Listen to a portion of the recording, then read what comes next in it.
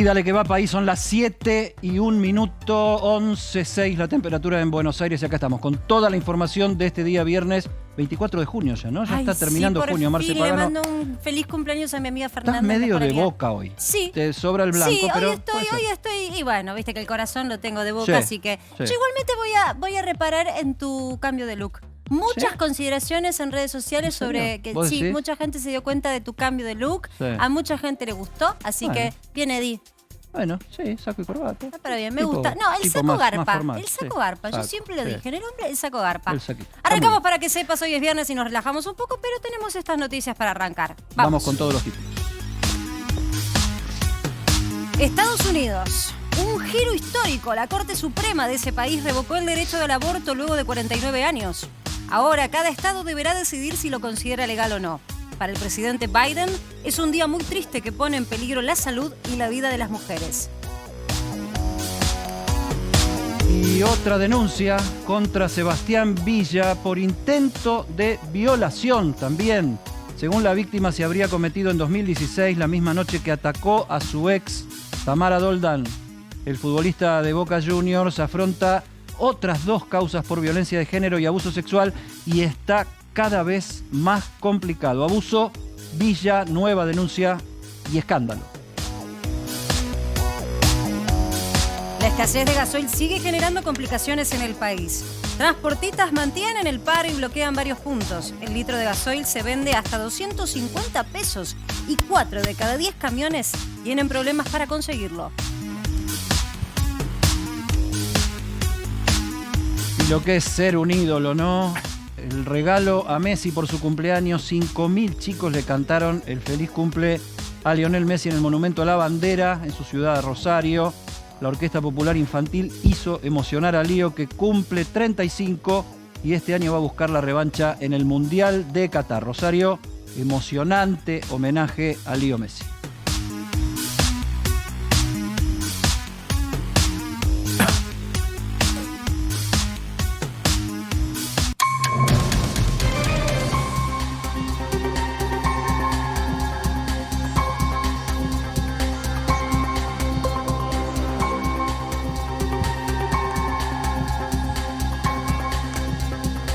Fue primicia de Gonzalo Sorban, para que sepas. Anoche te contábamos la tragedia de este departamento que se incendió y donde murieron 5 personas. Fue generada por una situación como la que ves en pantalla.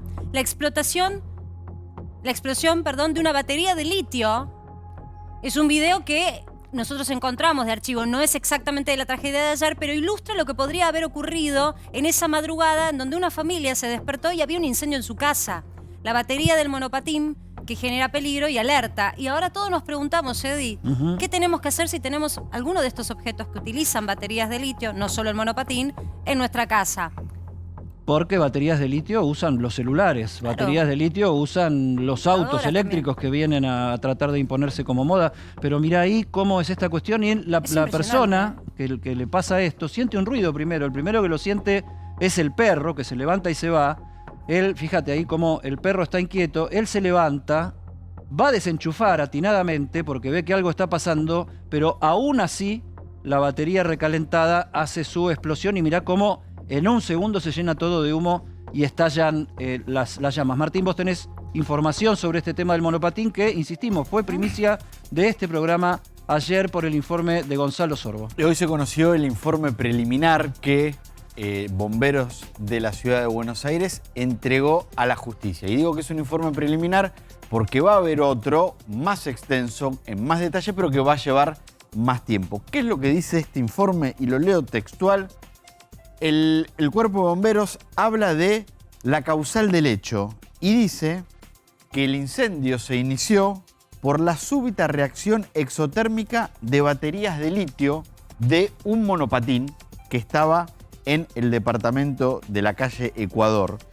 Y dice que esta reacción se da presuntamente por varios motivos. Y entre las hipótesis que plantean los bomberos, y que seguramente en el informe más exhaustivo se buscará dar esa respuesta exacta, que esto puede ser por una sobrecarga o descargas excesivas, por golpes en las celdas o por una exposición a fuentes de calor. Estas son las 3 hipótesis que los bomberos dan de por qué las baterías de litio de este monopatín pudieron haber explotado, generar un incendio, un humo. Hoy se supo que en rigor en la casa había 2 monopatines.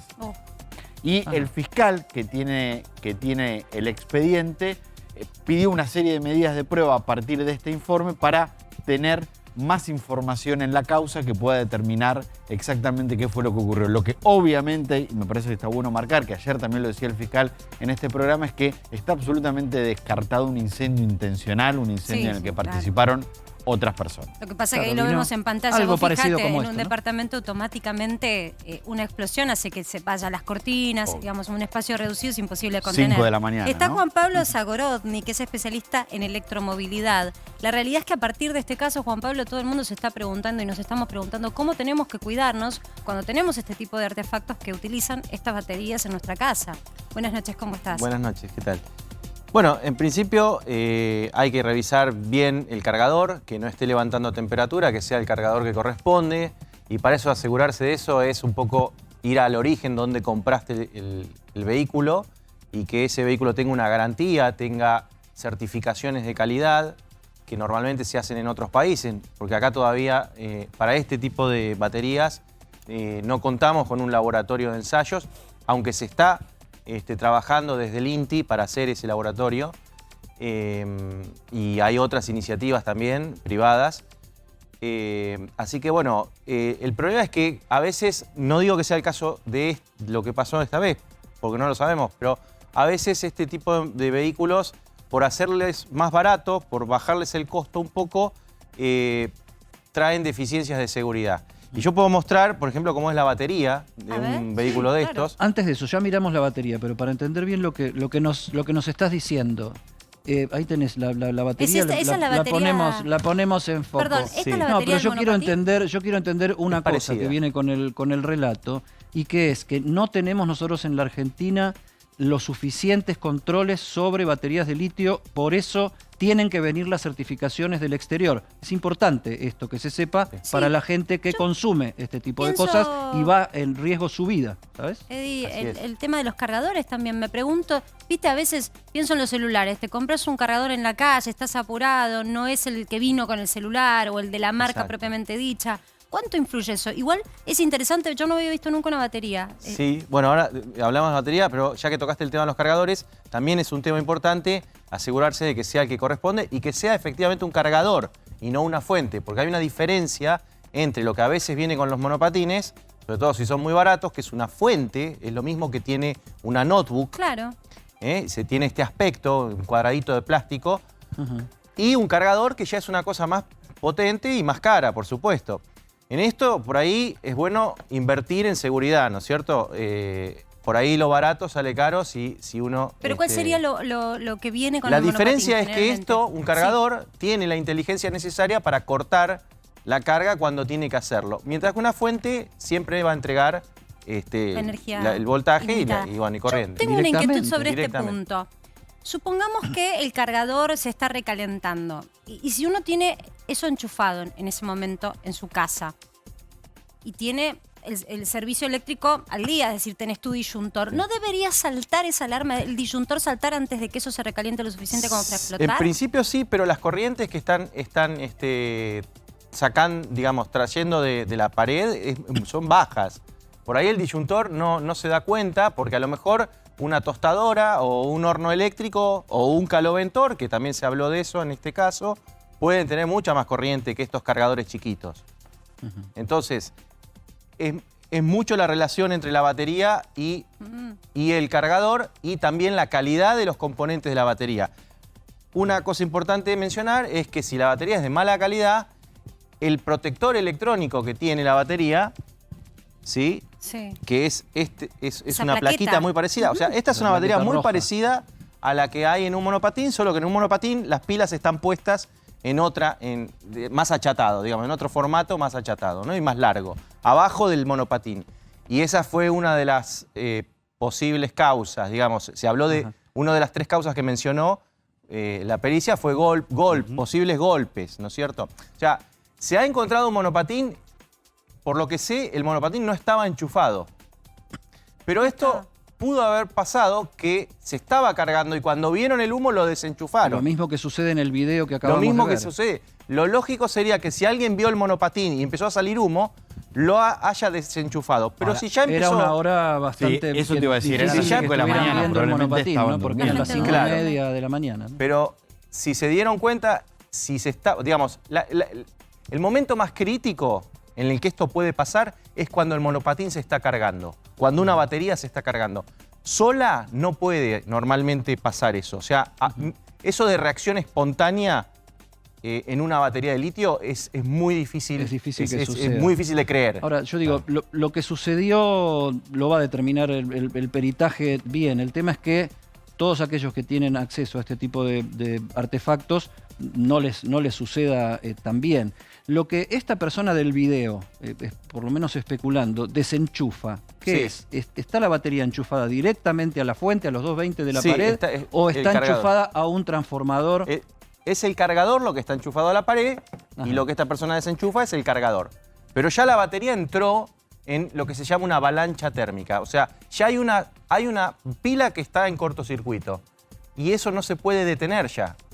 Por más que vos desenchufes de la pared, la pila va a seguir consumiendo porque ya está prendida a fuego. Y a partir de que eso pasa, se empiezan a prender fuego las otras. O sea, ya se sobrecargó lo suficiente Claro. como para que explote todo. Así es. Esa batería que tenés en tus manos, es azul. ¿De qué aparato es? Esto era entiendo, es un pack por el voltaje que es de 12 voltios, es un pack de un carrito portapalos de golf. Claro, porque ahora uno empieza a pensar y dice, ¿cuántos productos, cuántas cosas, artefactos que tenemos en nuestras casas utilizan este tipo de baterías? Vos Claro. fijate, digamos, Le- gente que juega al golf tal vez tiene un carrito, no sé. Sí, El tema digamos, es- la batería de litio está en todos lados Está en- hoy. O eso, sea, ¿en hay dónde millones está? de baterías de litio dando vueltas y no pasa esto seguido. Si nos atenemos a las estadísticas, la realidad es que pasa muy pocas veces.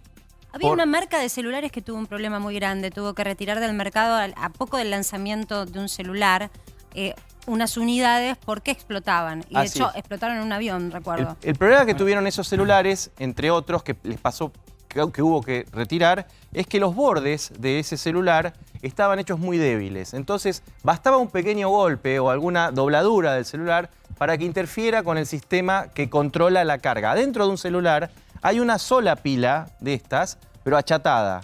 Una pila, la habrán visto La muchas batería veces. típica. La batería. Es una sola.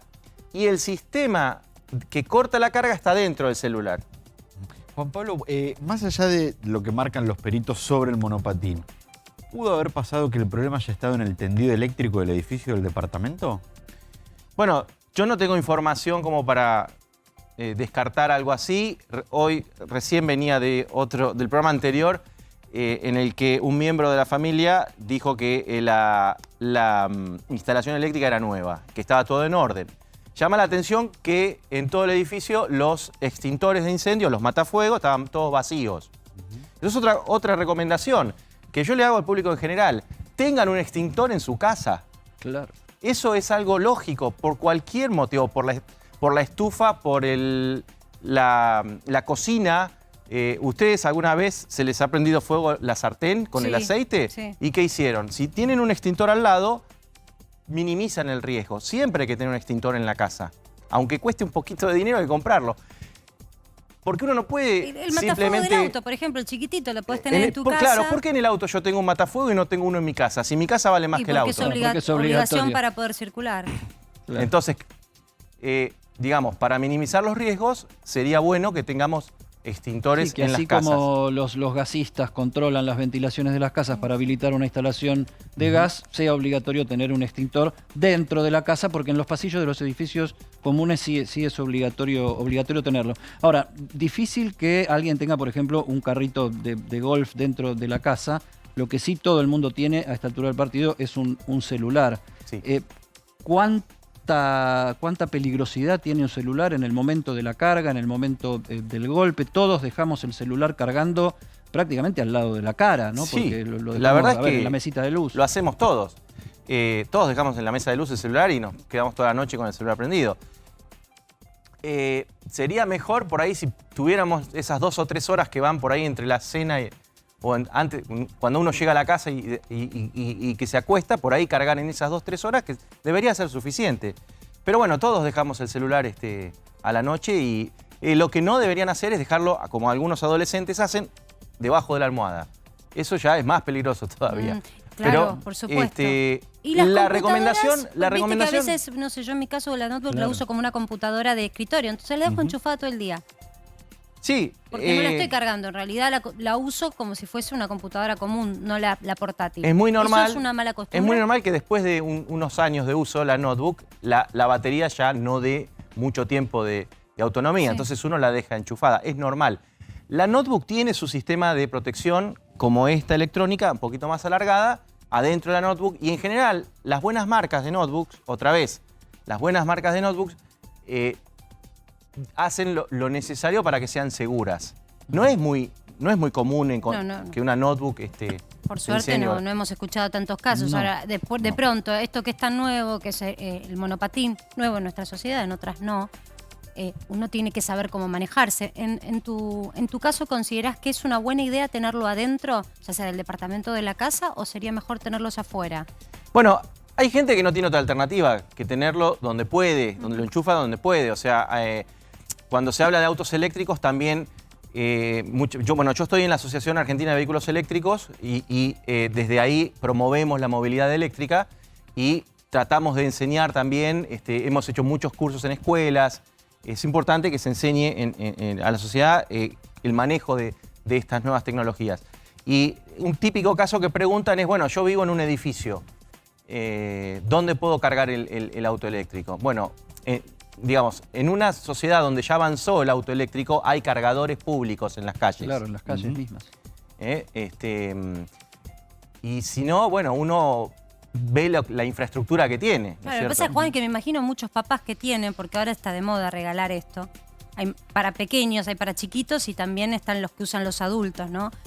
¿Qué haces si lo tenés en tu casa? Ahora está todo el mundo asustado. Entonces, ¿qué recomendaciones podemos tener para este artefacto puntualmente? Bueno, en las primeras cargas de este artefacto uno ya se va a dar cuenta si hay algo que calienta. Controlar que caliente o no caliente. Primero que nada, Cualquier cargador que tome temperatura, me ha pasado con celulares a mí, que lo toco y tiene temperatura el cargador. Bueno, eso, si el cargador está caliente, no necesariamente es malo. Por ejemplo, que tiene una carcasa de metal, está preparado para que justamente disipe calor por la carcasa. Que es de plástico, si calienta, y yo me preocuparía, porque es plástico. Entonces, Claro. de vuelta, la calidad de lo que uno está manejando hace mucho al riesgo, ¿no es cierto? Si uno compró algo muy barato, sin marca, sin garantía, en un lugar dudoso, que no le saben explicar, eso es importante. Cuando uno compra un monopatín, lo primero que tiene que ver es en dónde lo está comprando. Claro. El vendedor le sabe explicar, tiene instrucciones, tiene manual. Viste, Juan, que muchos los traen de afuera, de Uruguay, porque los traen a través de Ese los es el- buques, ese porque es es el más problema. económico. Entonces digo, te vas de vacaciones, conoces a alguien, le querés hacer un regalo a tu hijo, vienen manadas, yo lo he visto. Sí, Porque es más económico. ¿Qué hay que hacer ahí? eso no lo recomiendo. ¿Rechazás el regalo entonces? Bueno, No, pero si es yo que hay fuera que el, saberlo, si yo digo, fuera porque el esto es tío nuevo. que le va a regalar a un sobrino, no le regalaría un monopatín No lo comprado regalarías afuera. ese. Yo me quedé enganchado con un tema porque no hay controles en la Argentina todavía profesionales bien dispuestos sobre la calidad de estas baterías. Viene el control de calidad hecho de afuera.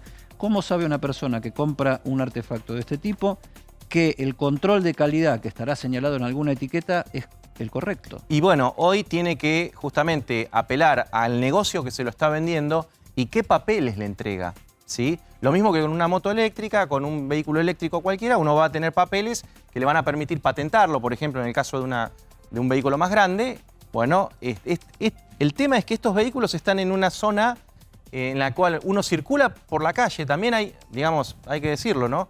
Hay cuestiones que tienen que ver con la circulación en calles Sí, claro. con estos vehículos, que interfiere con el tránsito de vehículos grandes. Así que hay muchas temáticas alrededor de... Y te hago una consulta, los autos de los nenes, ¿viste? Esas réplicas de autos Sí. que son chiquitos y que también, bueno, es caro, ¿no? Pero hay familias que lo pueden comprar y es un regalo que se puso de moda, los autitos. También tienen una batería. Sí, muchas veces esa batería es de plomo ácido, es la común batería que suelen haber en los autos para el arranque del auto. Pero en el caso de que tenga una batería de litio, que es raro, bueno, aplican las mismas cuestiones, ¿no? ¿De dónde Todo de vino? plástico el auto. Bien. Claro. Martín. Sí, Martín. vos, para los que tienen un monopatín y tengan por ahí una casa grande o de varios ambientes, ¿recomendás cargarlo en algún lugar en especial? ¿Al aire libre? ¿En algún lugar donde no haya cosas Sí. que se puedan...? Si tiene aire libre, puede ser que sea mejor porque alrededor no va a tener elementos combustibles.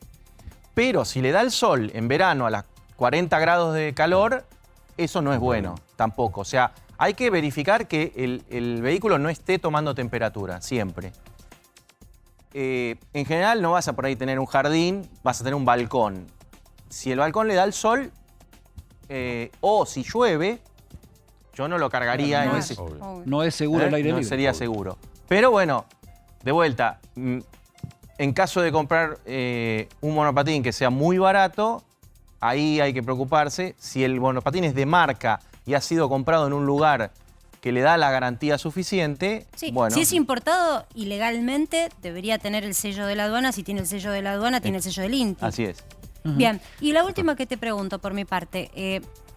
En el departamento, en la casa, los que tenemos la costumbre de irnos y dejar cosas enchufadas, ¿qué cosas es recomendable no dejar enchufadas? Bueno, y esto eso- es más amplio que la batería, pero Sí, ya que es ya estamos, una me parece cuestión de que viene seguridad bien. eléctrica.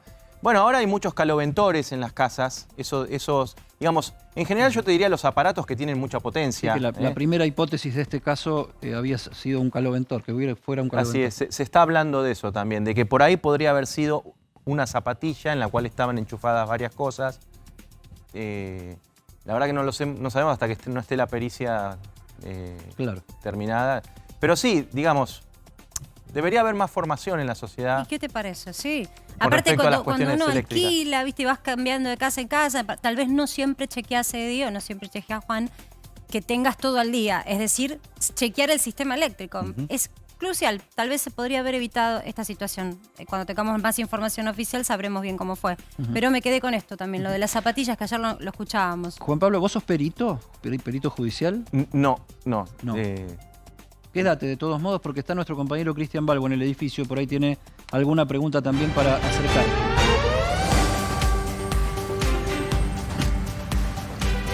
Cristian, ¿cómo estás? ¿Qué está sucediendo ahí en la calle Ecuador al 1000, donde ocurrió esta tragedia? Eddie, Marcela, estuvimos durante prácticamente toda la tarde en la puerta del edificio de la tragedia en Ecuador 1026, esquina Córdoba. Estuvieron desfilando los vecinos de los 26 departamentos que tienen estos 14 pisos.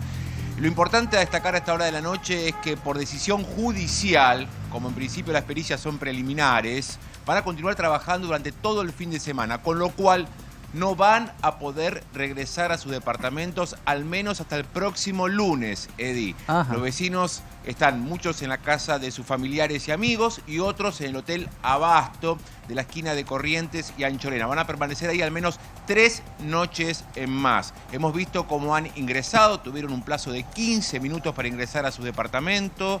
Lo que han hecho es retirar algunas prendas de vestir, ropa, en valijas, en bolsas de consorcio, sus computadoras, sus notebooks, algo de dinero, es decir, lo básico para pasar al menos 3 noches, ya sea en casa de familiares, amigos o en el hotel que dispuso el gobierno de la ciudad. El otro dato importante para destacar es que en la comunidad de la colectividad hoy despidieron a los integrantes de la familia Jabás en un templo que hay aquí muy cerquita del lugar de la tragedia, en una sinagoga. Luego los restos de la familia fueron inhumados en un cementerio de la comunidad en Banfield. Han organizado una colecta a través de internet por donaciones y llevan recaudados a esta hora de la noche $210.000 para reconstruir por completo el departamento de la familia Jabás a través de donaciones.ar/Flia Jabás. Minuto a minuto van subiendo donaciones que se pasa a valor dólar. Repetimos, $210.000 llevan recaudados vía internet a esta hora de la noche. Bueno, la por lo comunidad menos en su mayoría la para solidaridad. reconstruir el departamento de la familia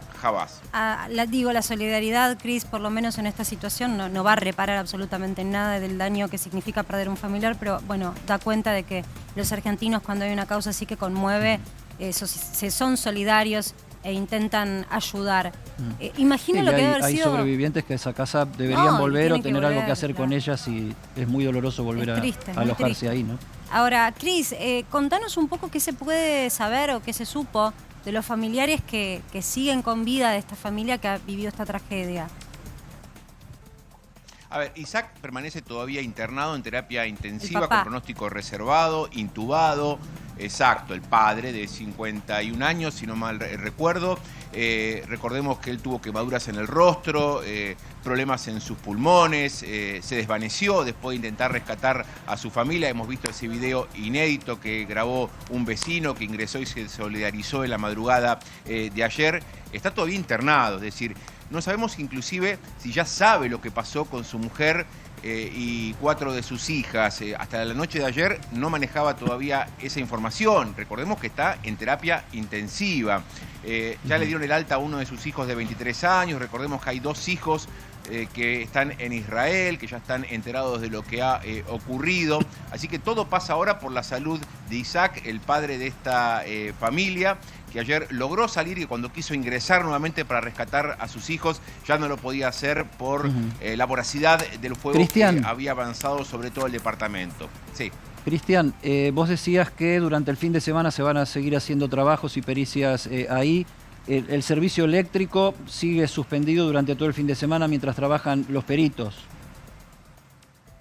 El servicio eléctrico y de gas está cerrado por completo. Van a tener que llegar recién el día lunes los gasistas y electricistas matriculados para revisar cada una de las unidades funcionales para restablecer el servicio. Pero en principio, por decisión judicial, no pueden regresar a sus departamentos. Quienes vienen aquí, ¿cómo actúan? Con su celular. Es decir, agarran el celular y básicamente lo que hacen es activar su linterna, ¿no? Activan la linterna, como lo hago yo ahora, así con la linterna, avanzan hacia el departamento con la linterna e ingresan, previa autorización, hay 2 efectivos de la policía de la ciudad, así como lo hago yo, se abre esta reja, ingresan, fíjense que está todo absolutamente oscuro en el interior, tienen que ingresar por la escalera, inclusive Claro. los que viven en pisos altos, tienen que subir 12, 13, 14 pisos, Eddie y Marcela, para ingresar a su departamento. Fíjense acá, mira, acá está el portero eléctrico. Interesante ver el portero eléctrico. Fíjense el portero eléctrico para tomar dimensión de la cantidad de departamentos. Fíjense que el séptimo, que es el de la tragedia, lo marco con mi dedo,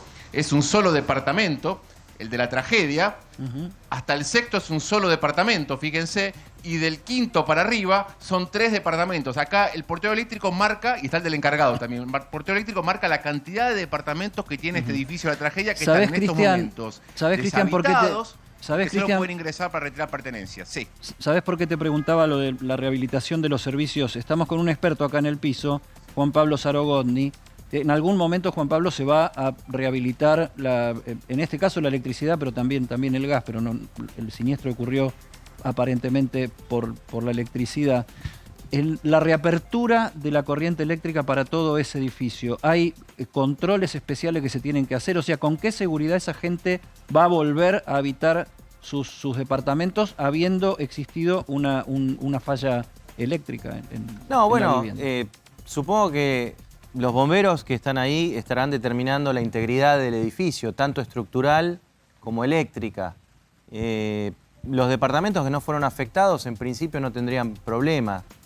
Si se puede testear que no haya ningún cortocircuito en la línea general, Debería yo ser creo algo que es más rápido. un tema de cómo está, el estado en el que está el edificio ahora, que no los Y dejan. claro, porque aparte, digamos, Hay humo. había daños, sí, No, y hay había mucho daño calor en el y los departamento cables arriba. muchas veces son de materiales plásticos, Sí. entonces hay que ver qué pasó con los cables Exacto. dentro de las Lo que instalaciones. quedó. ¿no? Exactamente. Bueno, gracias Juan Pablo por aportarnos un poco de claridad sobre la manipulación de tantos objetos que tenemos y no sabemos que tenemos en casa que pueden llegar a ser peligrosos.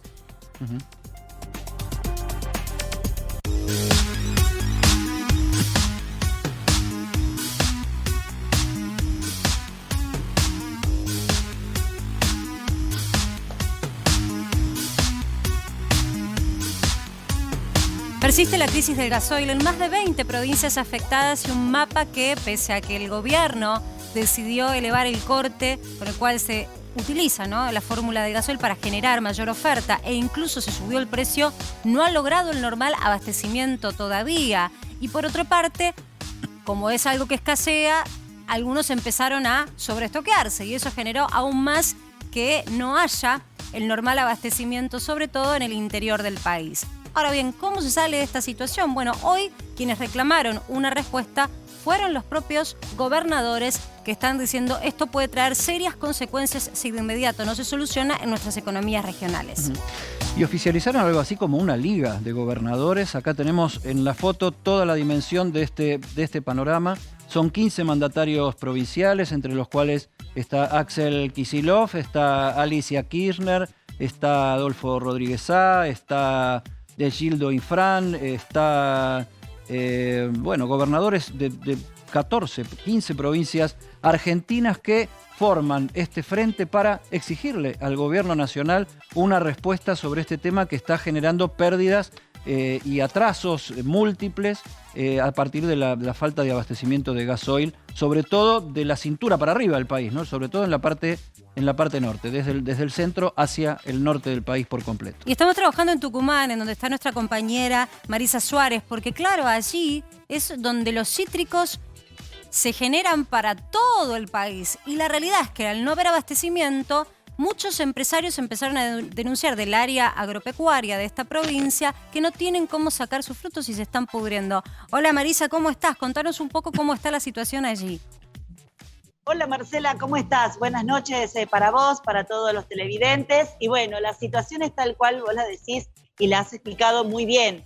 El tema del citrus es el que todavía no ha dado el brazo a torcer en cuanto a las negociaciones con los transportistas de carga. Eso es lo que hoy me confirmaba, en este caso, Eduardo Reynoso, quien es el presidente de los transportistas de carga de la provincia, que son los únicos que hasta el momento no han llegado a un acuerdo en cuanto a la tarifa para los transportistas, como así sí ha sucedido con, en este caso, el sector de los cañeros y con el sector de los cerealeros, que están en tratativas. Claro, Marisa, porque acá se juntaron dos reclamos. Vos sabés que esta semana, perdón que te interrumpa, pero esta semana nos dimos cuenta que se juntaron dos reclamos. La manifestación no era solamente porque no había gasoil, sino también porque aquellos transportistas que tienen una tarifa que reciben por la movilidad que hacen de los productos que llevan y traen, dicen que al haber aumentado el gasoil, aumentó el costo del traslado, pero ellos no lo ven reflejado en una mayor ganancia, sino más bien todo lo contrario, piden la actualización tarifaria. Y ahí hubo todo un problema porque el gobierno se desentiende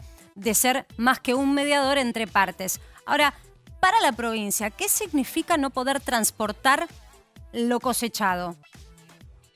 Y la pérdida de los productos. Por ejemplo, el citrus es algo totalmente perecedero. No dura mucho tiempo. Por ejemplo, en el mercado nuestro, que es el mercado del Mercofrut, la fruta que llega debe salir en el momento a los diferentes comercios, en este caso verdulerías, bares. Entonces, no logra llegar el producto, no logra ni salir ni llegar, no sale de lo que es la cosecha. Esto también está afectando a los cosecheros porque no están trabajando y día no trabajado es día no pagado. O sea que es una, se podría decir, una cadena, ¿no? Porque no solamente afecta a los transportistas, sino que a todos los que con ellos trabajan. Por supuesto, Marisa, es una cadena. La última que te hago, el precio. ¿Allá hay un precio único o, como ha pasado muchas veces, vivillos del caso, ante la escasez, remarcan el precio del combustible? Así es, Marcela. En realidad, hoy hubo un nuevo aumento en el gasoil, nuevamente. ¿En la provincia? En las banderas... En la provincia, exactamente. Por eso tengo la libretita, porque no quiero dejar de ¿Cuánto más fue o en menos porcentaje? darles. Teníamos un 12,5% la semana pasada. ¿Cuánto se sumó en Tucumán? En realidad no me dieron porcentajes, sí me dieron más o menos los precios. Por ejemplo, de 199 a 207 y 202 en algunas banderas. Es un precio importante, desde Y para lo que es el 199 costo, a sí. 220. Y sí. Quédate, Y por ejemplo, Marisa, quédate que enseguida volvemos con vos. Vamos a hacer este mismo recorrido con otro de nuestros compañeros. Ya está ahí escuchándonos, Nahuel Guzmán en Salta y Daniel Rodríguez en San Luis. Voy a arrancar por Nahuel Guzmán. Nahuel, querido, ¿cómo estás? Vos dabas cuenta también la semana pasada del mismo retrato de Marisa, de la urgencia del sector agropecuario porque se le estaba pudriendo gran parte de la cosecha. ¿Cómo sigue esa Así situación? es, Marcela, Eddie, ¿cómo les va? Bien. La verdad que es una situación muy difícil la que están viviendo todos los sectores, muchos y cada vez son más los distintos sectores que están sufriendo la falta de gasoil. Tenemos que hablar de que ya se empieza a notar lo que es faltante de mercadería y también afirman que va a empezar a faltar lo que es, por ejemplo, la papa y lo que es la zanahoria. Estamos hablando de, entre otros motivos, lo que es el paro general que hay en todo el país y esto genera que los transportistas, por supuesto, no puedan entrar a lo que es la provincia de Salta. Paralelamente, te comento, Marcela, que en la ruta provincial número 5, si nos vamos al este de la provincia, en el departamento de Anta, hay transportistas que se encuentran ahí reclamando que no pueden pasar a lo que es el puerto de Chaco. Recordemos que el departamento de Anta, acá en Salta, es uno de los principales productores de granos y de esta manera se les está perjudicando a ellos el tema de llevar soja, maíz, por ejemplo, y distintos tipos de granos. De esta manera continúa esta situación complicada y sumado a eso tenemos que mencionar el tema de los precios porque lamentablemente vos mencionabas recién la suba que hubo del 12%, Sí, pero la acá semana se notó pasada, un poco más fuerte. pero Marisa Acá dice se que habla en de un Tucumán, 21%. claro, en Tucumán dice que hoy le agregaron un 3-4%, según nos dijo ella, en función de los precios, al 12,5% que se oficializó a nivel nacional el año pasado, la semana pasada. Ahora, estos precios que vos ves en Salta son 10 puntos por encima de lo que se había autorizado a nivel nacional, o que lo que se había pactado en realidad. Exactamente, mira, en esta estación de servicio de esta empresa estamos hablando de 209 pesos, lo que es el gasoil premium y lo que es el gasoil común. Estamos hablando de 153 pesos. Sin embargo, lo que es el gasoil blue también de lo que se habla, si nos vamos al interior de la provincia y al norte provincial más que nada, tenemos que hablar de casi 250 pesos que tienen que pagar los distintos transportistas. Y sin embargo que la verdad que es una situación crítica, una situación muy difícil y vamos a ver si hay medidas que van a tomar la semana que viene, porque la cosa tiene pinta de que se va a complicar mucho más. Vamos a sumar a Daniel Rodríguez, que está en San Luis. Daniel, ¿cómo te va? Hagamos el ejercicio todos, como está haciendo Nahuel en Salta, de poner detrás suyo, ahí también Marisa lo tiene, pero no está bien enfocado, los precios que tenemos en los surtidores para que podamos tener una comparación, porque de paso estamos haciendo cómo están evolucionando los Claro, costos. Lo que pasa es que hay mucha dispersión de precios, Claro, porque para ver ahora eso, ¿no? Vos pactás. La realidad es que las uvas se pactan, ¿no? Y después tenés, por supuesto, la empresa que es del Estado, que es YPF, en donde ahí sí tenés un precio nacional. Pero después tenés muchas estaciones de servicio de bandera, entonces ahí el empresario tiene la posibilidad de vender más caro. Ahí es el problema. Sí, como Y mirá decía la Nahuel, diferencia. lo que llaman el gasoil blue, ¿no? Que es el... O no, o desde el surtidor mismo ya fijar un precio diferente. Ante la escasez, ¿qué haces? ¿Das marcha atrás o cargas? Totalmente. Daniel, ¿cómo está evolucionando eso en San Luis? Y después me gustaría, porque hoy se politizó el tema con esta Liga de Gobernadores, y me gustaría ver las repercusiones en las 3 provincias que tenemos ahora la suerte de tener la cobertura. Pero arranquemos primero, Daniel, con el tema de cómo está evolucionando la provisión y el costo del gasoil en San Luis. Bueno, el costo del gasoil, estábamos viendo recién, ¿no? Es de 207 pesos el gasoil, el premium, digamos, y el común 165 pesos. En esta estación de servicio donde estamos se está acabando y cada 2 días vienen a recargar. Y en la economía, mira, lo que me preguntabas, te cuento. Hoy tenía que entrar, por ejemplo, camiones con verduras de Mendoza. Vamos a corrernos un poquito. Pero entraban 4 camiones, pero entró solamente un camión porque obviamente no tienen combustible para recargar y para volver a sus... O sea, si ellos vienen a traer verdura a San Luis, se tienen que quedar un día más, o 2 también, y pierden esos días de trabajo. La cadena en de la provincia costos y de Mendoza. trastornos que se va complicando. se va desfasando. Marisa, sabemos que tenés que correrte a otras ocupaciones. Arranco con vos entonces la pregunta. Hoy se armó una liga de gobernadores donde hubo 15 mandatarios provinciales para exigir que se regularice el tema del gasoil. ¿Qué repercusión tuvo esto en Tucumán? Bueno, el gobernador de la provincia, Osvaldo Jaldo, viene trabajando desde hace mucho tiempo, desde que empezó este conflicto aquí en Tucumán con el faltante de gasoil y también con los paros, siempre ha servido de puente, de intermediario, es lo que dijo ayer, y bueno, de esta manera ha intentado mediar entre los transportistas y los empresarios y las empresas privadas, pero simplemente eso, y espera, por supuesto, con diferentes gestiones en Buenos Aires, lograr de alguna manera unificar el precio del gasoil en esta provincia. Bueno, ojalá que eso suceda, ¿no? Parece una misión difícil. Hay un punto que me parece que no es menor. Marisa, te dejamos, que sé que tenés que seguir con otro tema. Nos quedamos con el resto de nuestros compañeros que están haciendo este despliegue. Gracias, Marisa, por tu aporte. Gracias a ustedes. Edi, ya te digo que hoy en Buenos Aires, yo le contaba hoy a los chicos de producción, en algunas dietéticas, en algunos lugares específicos ya hay cosas que no se encuentran. Empieza a haber un desabastecimiento de algunos productos. Y cuando uno le pregunta a los comerciantes, te dicen, hay una doble problemática. Por ejemplo, en el caso de los frutos secos también, hay algunos que vienen del sur. Que la materia prima no llega a las fábricas, algunas de esas fábricas están en Buenos Aires.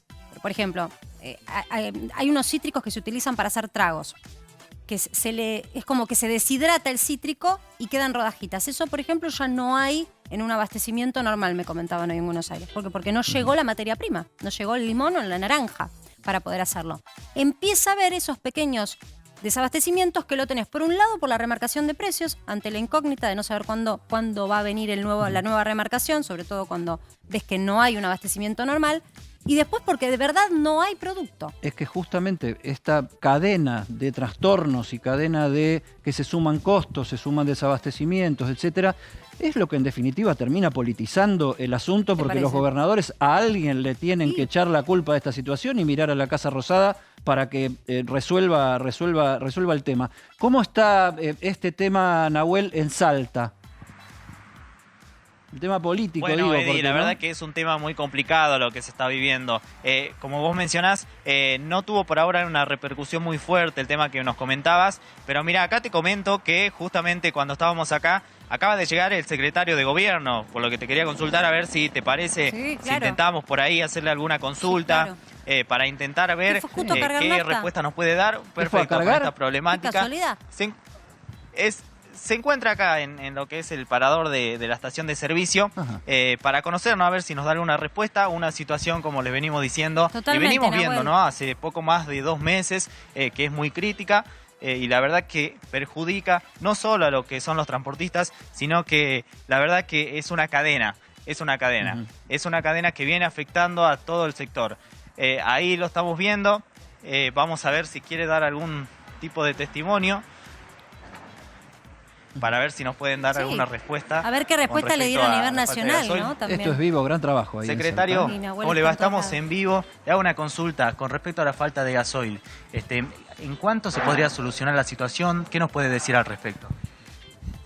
Bueno, no tenemos fecha. La verdad es que lo escuché al jefe de Gabinete de la Nación y ya la semana pasada dijo que estaría en condiciones de resolverse, pero al día de hoy no hemos tenido noticias, ¿no? Ahí le paso el retorno, secretario. Estamos con Marcela Pagano y con Edi también, para hacerles una consulta. Ahí nos quieren desde el piso, si nos puede acceder. Ahí te escucha, Marcela.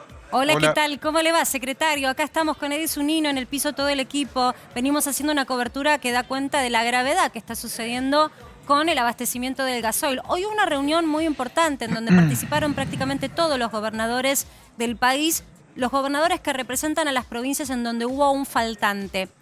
Usted recién mencionaba que el gobierno nacional no le dio una fecha, no está comunicando una fecha de cuándo podría normalizarse la situación. Entonces, ¿cómo se puede solucionar teniendo presente que hay productores que están diciendo se nos está pudriendo la cosecha? Sí. Y bueno, ahí está el reclamo que hizo el gobernador los días pasados, ¿no? Que creo que fue el primer gobernador en decir, señores, si acá son las cuestiones del interior no se las escucha nunca.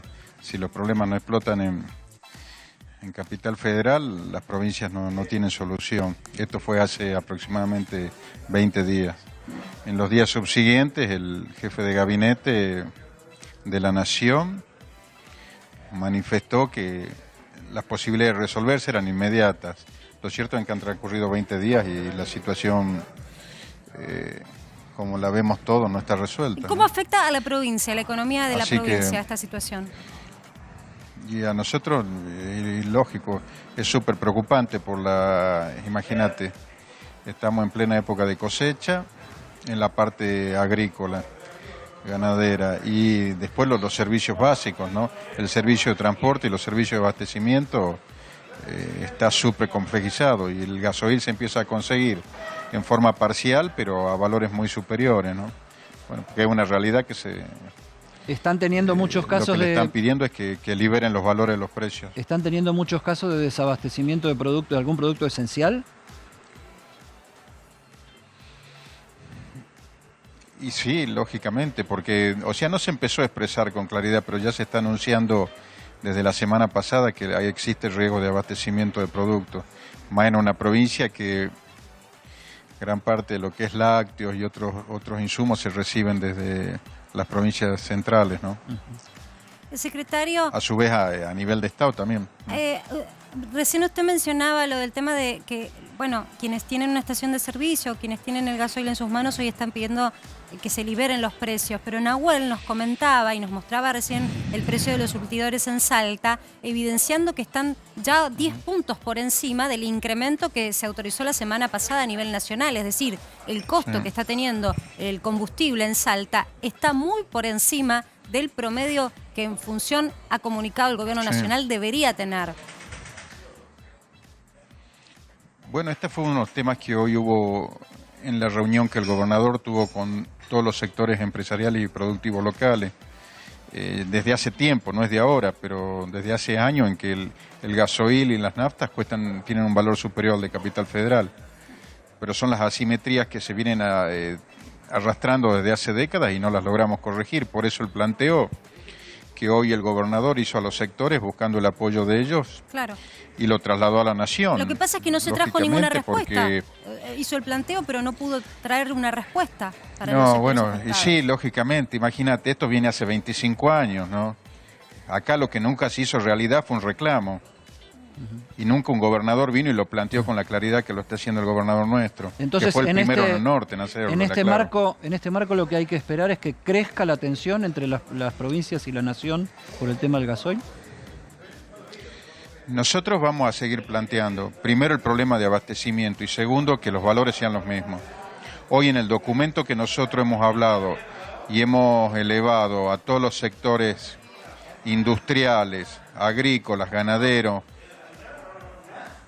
turísticos y mineros, fue que es fundamental que los valores sean igualitarios para todo el país y que si se otorgan subsidios sean igualitarios para todas las provincias. Subsidios al gasoil, ¿no? Y al transporte. Gracias. La realidad está planteada. Sí, Nosotros lo que no vamos a hacer es seguir ocultándola. Por eso el gobernador tomó la iniciativa. Ya creo que estuvieron ustedes, están al tanto. Hará 20 días cuando dijo, señores, las provincias nuestras se están parando y ustedes siguen con el ritmo de vida habitual, refiriéndose a Capital Federal, ¿no? Bueno, Y a Buenos Aires. le damos una noticia. Yo recién comentaba, claro, al no poder proveernos, porque no hay la afluencia normal del transporte, de lo que ustedes en Salta y en el interior del país nos aportan, las góndolas están empezando a tener faltantes. Así que es un tema que realmente es imposible de evadir, de eludir y que es visible. Gracias por haber participado. Para que nuestra sepan frontera... Nuestra frontera, nosotros somos límite con el país de Bolivia y acá diariamente pasan entre 30, 40 o 50 camiones cargados con combustible que pasan directamente para el país hermano, ¿no? Entonces nos encontramos frente a una realidad, es que de dónde proviene ese combustible y por qué razones transmite para allá pero hay un precio camioneros diferencial están parados a los costados de la supuestamente ruta. para los extranjeros. O sea, el gobierno quiso ponerle un límite a la provisión. No, que los camiones extranjeros pasan, los hacían. equipos completos, no. Los equipos completos de combustible pasan de Argentina para Brasil, para Bolivia. Pero de bandera, perdón, yo insisto No en es esto para porque vender en Argentina. es una denuncia grave, digo, si Son camiones bolivianos que vienen desde Argentina. Son camiones bolivianos que vienen desde Buenos Aires o desde Córdoba, no sabemos el origen, y pasan directamente para Bolivia. ¿Y con No gasoil? descargan en Argentina el combustible. Sí. ¿Pero y dónde lo cargan entonces? ¿En Buenos Aires o en Córdoba? Bueno, por eso ya lo reclamó el gobernador en su momento y lo reclamaron los gobernadores del norte. ¿Y de qué empresas serían las que están involucradas? Porque no hay mucha refinería local. Habrá que determinarlo. Nosotros oficialmente ya le hemos planteado el problema. Bueno, es un tema Ahora, que seguramente ¿no piensan hacer una denuncia judicial con este sí. tema? Porque es grave, ¿no? Ante el faltante acá que esté saliendo combustible en alerta. hacia otro país? Todo lo que haya que hacerlo en vía judicial se lo va a hacer, ¿no? Por lo menos hasta ahora lo que se elevaron fueron los reclamos a nivel político y a nivel de provincia, porque nosotros prácticamente se nos empieza a paralizar el mercado, nuestro mercado productivo, nuestro mercado comercial. Es sumamente grave lo que usted está denunciando. Esperemos que esto pueda tener un curso, incluso con una investigación judicial, teniendo presente que estamos en una situación de emergencia en el país por la escasez de combustible. Gracias, secretario, y gracias, Nahuel Guzmán, por haber facilitado la posibilidad de tener este testimonio. Gracias porque lo interrumpimos justo en su descanso. Bueno, gracias. Bueno, gracias. Hasta luego.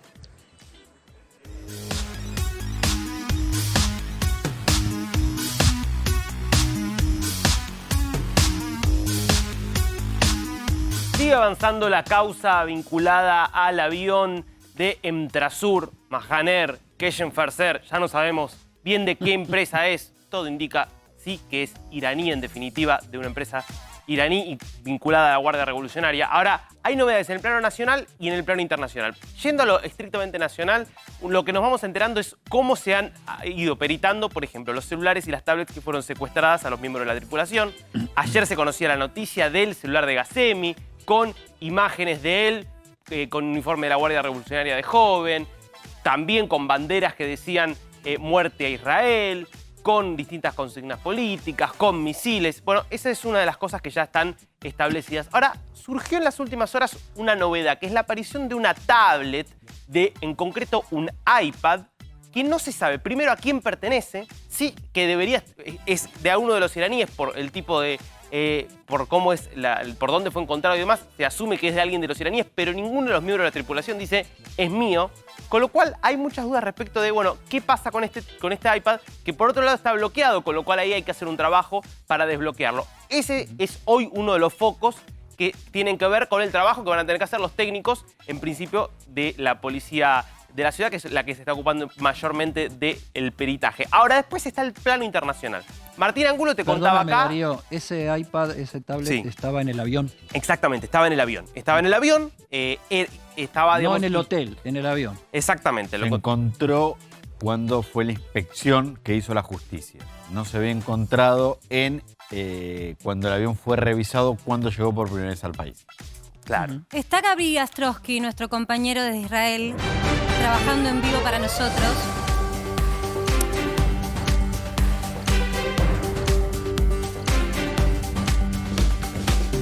Gaby, querido, ¿cómo estás? Estamos acá con todo el equipo. Siempre sabemos que es de noche y es muy tarde allá. Gracias por esperarnos. Bueno, siempre... Hola, Marce. Estamos todos los días con esta novela del avión, tratando de ir recopilando piezas. Recién nuestros compañeros decían, bueno, ahora hay una tablet que se encontró y estamos detrás de la pista de un supuesto pasajero número 20. ¿Qué puede aportar Israel desde la investigación que también tiene en curso? Bueno, Israel en realidad, por el momento, Marce, no es que no pueda aportar, pero desde Cancillería sigue habiendo como una situación medio rara. Quiero decir, cada vez que uno intenta hablar con algún vocero de la Cancillería, la postura es, desde el Ministerio de Relaciones Exteriores de Israel, no se van a hacer más declaraciones que las que se vienen haciendo vía embajadas. Quiero decir, el comunicado que emitió la Embajada de Israel en Argentina la semana pasada, el comunicado que emitió la Embajada de Israel en Uruguay esta semana y la que emitió en las últimas horas la Embajada de Israel en Paraguay. Entonces, de alguna manera, desde Cancillería, el planteo es mantenerse un poco todavía un tanto distante, quiero decir, ir aportando información de inteligencia que se tienen, pero no pararse en un lugar, por llamarlo de alguna manera, acusatorio o en el cual Israel pueda quedar como que estaría instigando a iniciar algún tipo de investigación mayor, sobre todo porque en realidad no está ocurriendo en suelo israelí. Entonces la postura de Cancillería todavía es un poco más laxa, por decirlo de alguna manera. Gabriel Edison no te saluda. Justo quédate, Hola, justo sumate a la mesa. Darío Mizrahi estaba justo por meterse en el tema de repercusiones internacionales sobre la causa en Buenos Aires, en realidad en el juzgado de Loma de Zamora, y lo podemos compartir con vos. ¿Qué tenés, Darío? Claro, porque justamente esto lo contaba muy bien Martín Angulo acá en Para que Sepas, cómo es muy importante la información que provee el FBI, porque hay indicios y porque hay aportes muy claros respecto de, por un lado, el vínculo de este avión con Mahaner, con la Guardia Revolucionaria iraní, por otro lado, la asociación del piloto Ghasemi con la empresa Mahaner y con Keshem Ferser, directamente vinculada también a la Guardia Revolucionaria iraní. Lo que pasa es que esto no se puede usar en la causa judicialmente porque justamente está estipulado en estos informes que son solo para uso de inteligencia y que hay que pedir una autorización especial. Con lo cual hubo un exhorto de la Fiscalía hacia Estados Unidos para que, bueno, de alguna manera, por un lado, ratifique esta información, plantee, digamos, si esta información puede ser utilizada judicialmente, y por otro lado, si es que hay algún tipo de investigación judicial sobre Ghasemi o sobre alguno de los miembros de la tripulación en Estados Unidos. En los Estados Unidos. Déjenme que les pregunte una cosa a ustedes que están con el tema internacional muy empapados. Vos estás en Israel, Gabriel, y hay una cosa que yo no entiendo. Este avión estuvo en Querétaro, estuvo en México. ¿Sí? No pasó nada cuando estuvo ahí. Estuvo en Paraguay, no pasó nada. Pasaron un montón de cosas. Pasó después. Pero pasó después de que pasó en Argentina. El punto es que no se lo detuvo, digamos. Mientras el avión estuvo en movimiento y en operaciones, no pasó nada.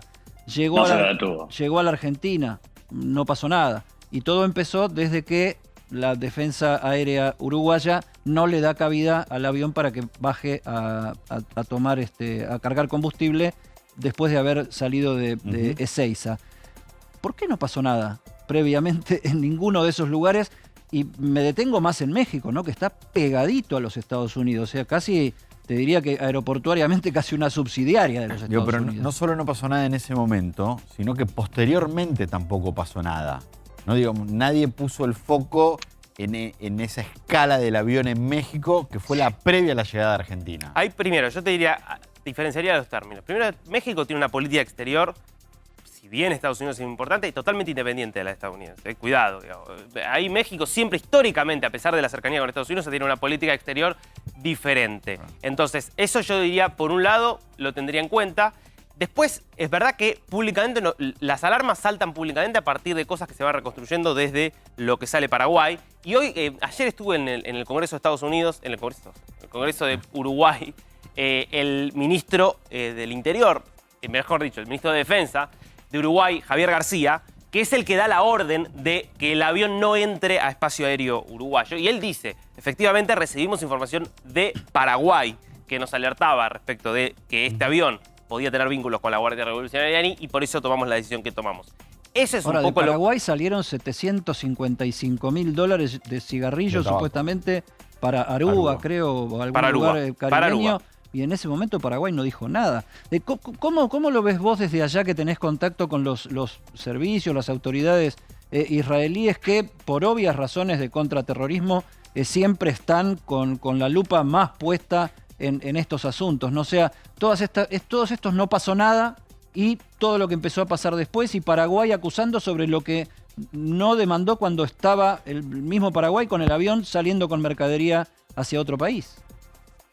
Bueno, yo creo, Eddie, que de alguna manera por eso también los diferentes comunicados que salieron desde Cancillería, desde las embajadas de cada uno de los países, porque, como decía recién Darío, México es un país que tiene una política exterior totalmente independiente a la de Estados Unidos. Israel no. Israel generalmente suele ir bastante asociado con las diferentes políticas exteriores, sobre todo en lo que se considera temas de terrorismo, pero también es cierto que con el tema directamente relacionado a Irán, Israel tiene una postura en la cual no siempre está de acuerdo con lo que dice Estados Unidos, sobre todo desde el momento que se viene barajando la posibilidad de si se llega o no a un nuevo acuerdo nuclear. Entonces, yo creo que Israel todavía tiene como lo que Israel... Perdón, no se escucha bien.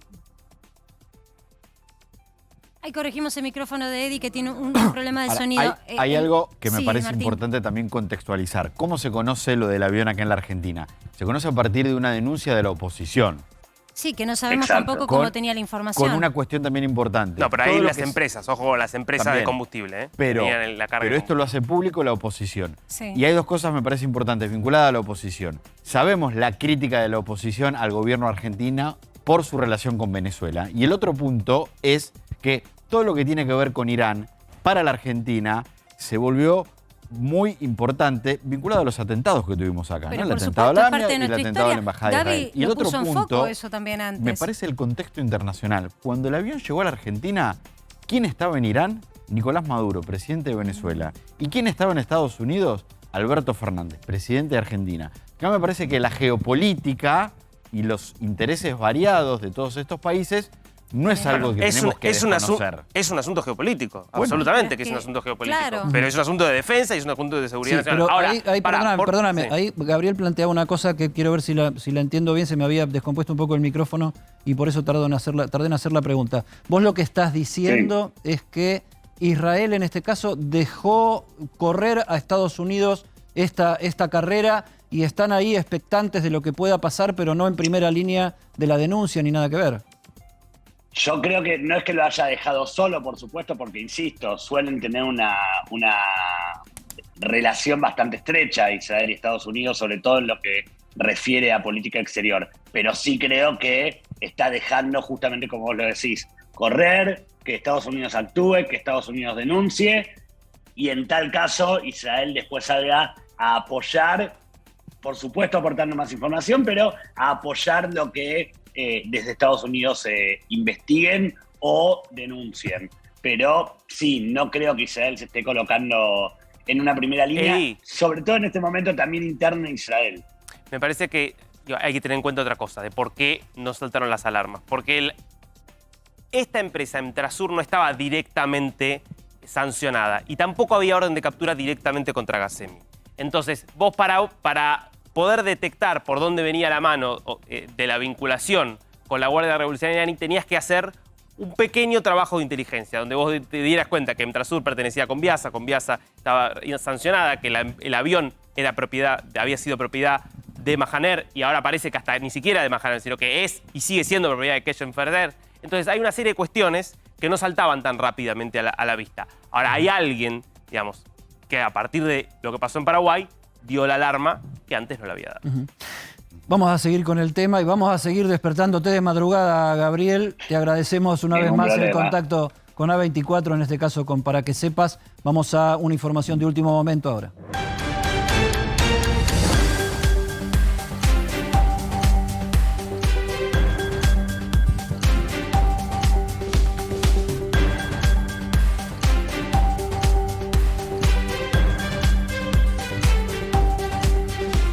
Finalmente, el Fondo Monetario Internacional culminó la primera revisión de este tratado extendido de la negociación de la deuda externa y hay un comunicado oficial. Era algo que se esperaba, producto de lo que fue una semana muy caliente para el Banco Central. Dice este comunicado, que se dio a conocer hace instantes nada más, que para Argentina, finalmente, por haber cumplido la expectativa, viene este desembolso inmediato de alrededor de 4.010 millones de dólares. Las autoridades cumplieron con todos los criterios de desempeño continuo y de finales de marzo de 2022 y siguen comprometidas a lograr los objetivos fiscales de financiamiento monetario y acumulación de reservas anuales, sin cambios del programa. La implementación decisiva de las políticas del programa será fundamental para apoyar la recuperación económica de Argentina, fortalecer la estabilidad macroeconómica y avanzar más en el abordaje de sus desafíos profundamente arraigados para sentar las bases de su crecimiento más sostenible. Bueno, ahí lo que vemos es el tuit de la titular del Fondo Monetario, Kristalina Georgieva. En el extenso comunicado de prensa hace un énfasis muy importante, el Fondo Monetario Internacional, acerca de lo que es el manejo de las tasas en Argentina, festejando y celebrando que se hayan subido las tasas de interés y dice que esa tasa de interés será crucial para captar el ahorro, la demanda del ahorrista en pesos, claro, para suavizar la demanda de dólares. Y sobre eso versa el número del día.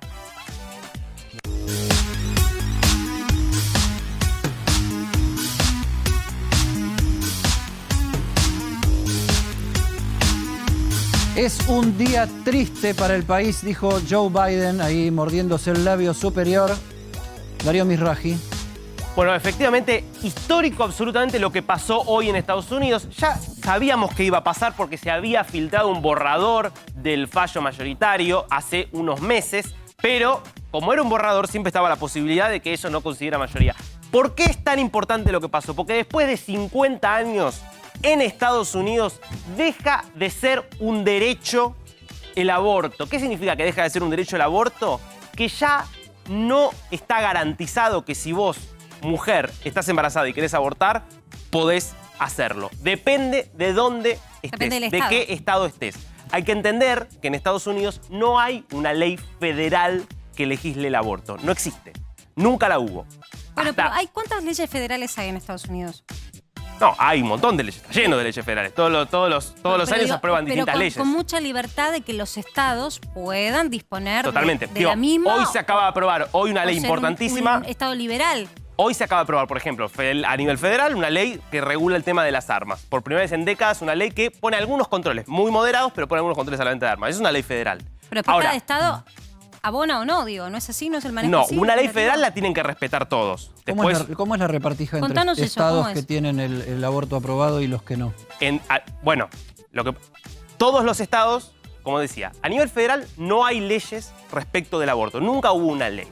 Lo que hasta 1973, ¿cómo funcionaba? Cada estado tenía su propia ley y había estados en los que el aborto era legal y había estados en los que el aborto era ilegal.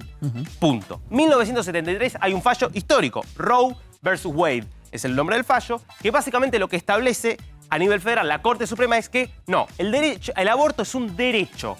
No se le puede negar a una mujer que aborte en ningún estado del país. A partir de ese fallo, todos los estados, Texas fue el estado que disparó esto, porque justamente no se podía, a partir de ese fallo, todos los estados tenían la obligación de garantizar el derecho al aborto. Después vos tenías diferencias. Algunos eran más restrictivos y otros menos restrictivos. Pero en todo se podía abortar. ¿Qué es lo que establece este fallo? Bueno, no. Lo que dice la Corte es, reescribo. Esto que dijeron nuestros antecesores, o sea, los jueces de la Corte de 1973... La misma Corte de antes. Exactamente, de que el aborto es un derecho, no es así. El aborto no es un derecho. ¿Por qué? Porque la Constitución no habla de aborto. Ahora nos vas a contar cómo se distribuye el derecho o no al aborto en los Estados Unidos. Está Adrián Sack desde Atlanta. Adrián, ¿cómo va? Se armó un lío bárbaro con este fallo de la Corte Suprema, ¿no? Sí, se armó realmente un lío bárbaro y se está armando en estos momentos lo que los pro-abortistas o pro-choice, como le llaman acá, habían anunciado ya en caso de que se ratificara este borrador filtrado ilegalmente, porque hay una causa abierta por la propia Corte Suprema. Jamás se había filtrado un documento, con este pasó. Se está gestando lo que se llama la noche de furia. Y ante esto, Joe Biden, que fue muy firme hoy llamando un día trágico para la historia del país con lo que ha sucedido hoy con la revocatoria de este fallo. Como bien adelantaba Darío, no es una ley, es solo un fallo y siempre fue muy endeble, como el fallo de 1992, también el de Casey versus ¿cuál es el fundamento del fallo? Que terminaba de ratificar esto. Porque esto está, algo que está vigente de 1973, ¿cómo se fundamenta en semejante cambio, ¿no? La profundidad del cambio, ¿cuál es el argumento que esboza la Corte? Bueno, el argumento que justamente plantea la Corte es que el espíritu justamente del funcionamiento de las leyes de los Estados Unidos, de la Constitución, no puede hacer que un fallo, en este caso, porque no era una ley federal, regule la potestad de cada uno de los 50 estados en decidir si algo se prohíbe o algo se permite, sea el aborto o sea cualquier cosa. Claro, eso es lo que le preguntaba antes a Darío. Tenemos que tener en cuenta por el eso. el espíritu autónomo, ¿no? Por eso, entonces lo que trata de explicar el juez Alito, que es uno de los jueces de los llamados conservadores, de los 6 jueces conservadores de la Corte Suprema que votaron a favor de revocar Roe versus Wade contra los 3 liberales que quedaban, es justamente eso. Nos dicen, nosotros no podemos pasar por encima de la Constitución y de las prerrogativas de autonomía que tiene la Constitución, que es permitirle a cada Estado justamente decidir si se prohíbe o si se permite.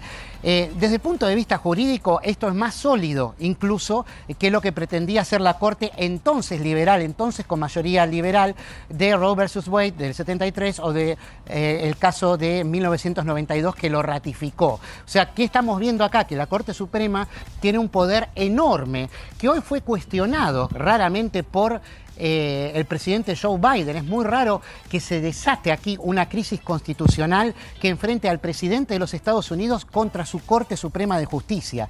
Y esto es lo que pasó. Por eso tuvo que salir el presidente Biden a poner paños fríos, justamente, y pedirle a la gente que se manifieste pacíficamente. Algo que hay que decirlo, hay una mala intuición acá en general, esto va a ser difícil que pueda ser contenido lo que se produzca hoy en protestas, no solamente en Washington y New York, sino en las principales ciudades llamadas liberales, que serían progresistas. Vamos a compartir con nuestra audiencia, te pedimos que te sumes el mapa que armó Dari de cómo quedarían, no sé, explícalo vos esto, cómo es la legalidad por estados, ¿no? Claro, porque en concreto se vuelve la situación previa a 1973, con la cual cada estado decide y no hay ninguna ley suprema que pueda imponerse sobre lo que decide cada estado. Entonces, ¿cómo queda distribuido? Bueno, mira, este es el primer mapa. 50 estados tiene Estados Unidos. Estos son los estados en los cuales el aborto es y va a seguir siendo legal, porque el fallo de la Corte no dice el aborto no puede ser legal, dice que cada estado decida. Claro. Son 20 estados que representan 26,5 millones de mujeres en edad reproductiva, en concreto. 20 de los 50. Básicamente son los estados demócratas, los estados más liberales, más vinculados a, vamos a decir, el ala izquierda, que están en las costas, fíjate. Tenés Washington, Oregon, California. Los que están más oscuros son los que incluso están tomando leyes, modificando sus leyes para hacer todavía más accesible el aborto. Y tenés, por ejemplo, obviamente Nueva York, Nueva Jersey, Maine y algunos en el medio, digamos, como Nuevo México, Colorado, Minnesota, Illinois. Esto es cómo va a quedar ahora. Esto es exactamente los que siguen. Ahora son 20 de 50. ¿Qué pasa con los otros 30 estados? Pasemos a los otros mapas para ver.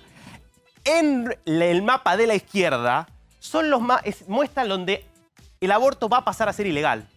Automáticamente, porque ya hay leyes o porque se sabe que en los próximos meses va a haber leyes que directamente lo prohíban. Una pregunta, Dari, ¿y cómo evitás que, por ejemplo, quien tenga recursos no vaya a hacerse un aborto al estado donde está permitido? En Texas no me lo permiten, me voy a Es perfectamente Hawái, legal. no sé. No, es perfectamente legal. Nadie te lo puede impedir. No, Eso nadie sí te puede lo ocurrir. Por supuesto, nadie te lo puede impedir. Es tu libertad de movimiento y si vas a una clínica en un estado donde sea legal y te van a atender perfectamente. Ahora, fíjate, son otros 20 estados, justamente, que representan casi la misma población, 25,5 millones de mujeres en edad reproductiva. Habría un empate, digamos, acá, y acá tenés los que están, digamos, en prohibición total, y acá tenés, bueno, Texas, Oklahoma, los estados típicamente republicanos, Arizona, Utah, Idaho, Wyoming, Luisiana, Alabama, bueno, un montón de estados, digamos, donde el Partido Republicano es muy fuerte y que van a pasar a ser concretamente prohibición total o casi total del aborto. Y después tenés 10 estados restantes que representan 12,1 millones de mujeres en edad reproductiva, que son estados donde está muy tirante la cuestión. ¿Por qué? Porque a nivel de la legislatura, es decir, de lo que sería el parlamento a nivel estatal, bueno, está muy peleada la cosa. Y ahí va a ser clave lo que pase en las elecciones de noviembre. Que hay una vuelta que hay que tener en cuenta. Entonces ahí tenés Montana, Kansas, Carolina del Norte, Pensilvania, donde según quién gane probablemente y quién se quede con la mayoría en las legislaturas, puede haber leyes que ratifiquen el derecho al aborto o que lo nieguen. Bien.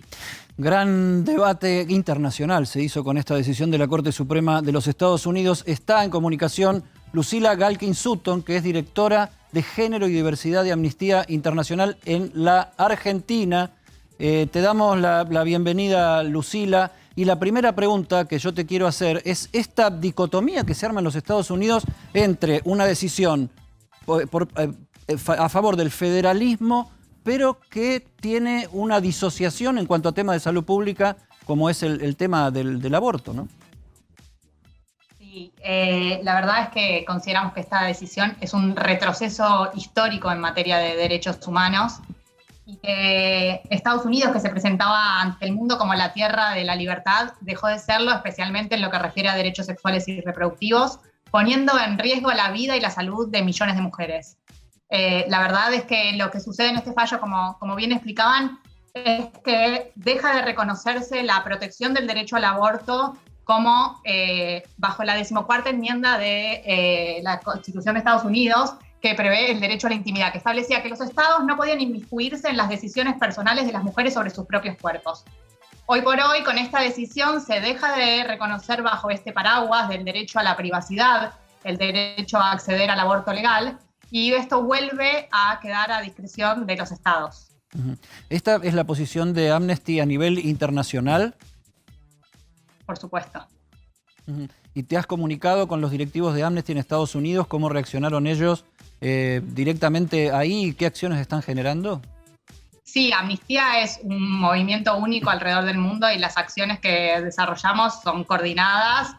Por supuesto, hay un posicionamiento a nivel institucional sobre cómo reaccionar ante lo que está pasando, ante la regresión en materia de derechos humanos en Estados Unidos. Y hay un posicionamiento a nivel internacional de Amnistía sobre el derecho al aborto como derecho humano. Quédate, Lucila, vamos a sumar a nuestro compañero Adrián Sack, que está en Estados Unidos, porque vos, Adrián, en la introducción que hacías al tema, entre la cantidad de títulos que tiraste a borbotones, decías que, a ver si yo entendí mal, que se viene una noche de furia. Sí, así es. Fue algo que fue anunciado justamente por organizaciones de derechos humanos, por gente del propio Partido Demócrata, ¿no? Sobre todo el ala más izquierda, más a la izquierda, progresista, que ya desde que se había filtrado esto, desde que se había filtrado ilegalmente el documento, el borrador de la Corte Suprema en febrero, había anunciado que lo harían en caso de que se ratificara. Bueno, efectivamente se ratificó, tuvieron que reforzar la seguridad en las casas de donde residen los jueces de la Corte Suprema que votaron justamente a favor de revocar la resolución, el fallo de Roe versus Wade. Y bueno, además el presidente Joe Biden tuvo que estar haciendo equilibrio entre condenar justamente lo que había sucedido hoy en la Corte Suprema, en tirarse abiertamente contra la Corte Suprema y en pedirle calma a la gente, porque tienen miedo de que les vuelva a pasar algo como le pasó a Donald Trump, después de que él instigó a que tomaran el Capitolio. Adri, bueno, eso te quería puntualizar. Porque que un presidente, sí. Incluso si pasa acá en Argentina, pero que un presidente se enfrente a lo que decide la Corte Suprema en Estados Unidos, no hay demasiado capital histórico que nos dé cuenta de una situación similar. Recordaba esto que vos estabas mencionando, ¿no? Que generó episodios de calor en la calle. Ahora, ¿por qué Biden toma esta posición? ¿Están pensando también en su propio capital político?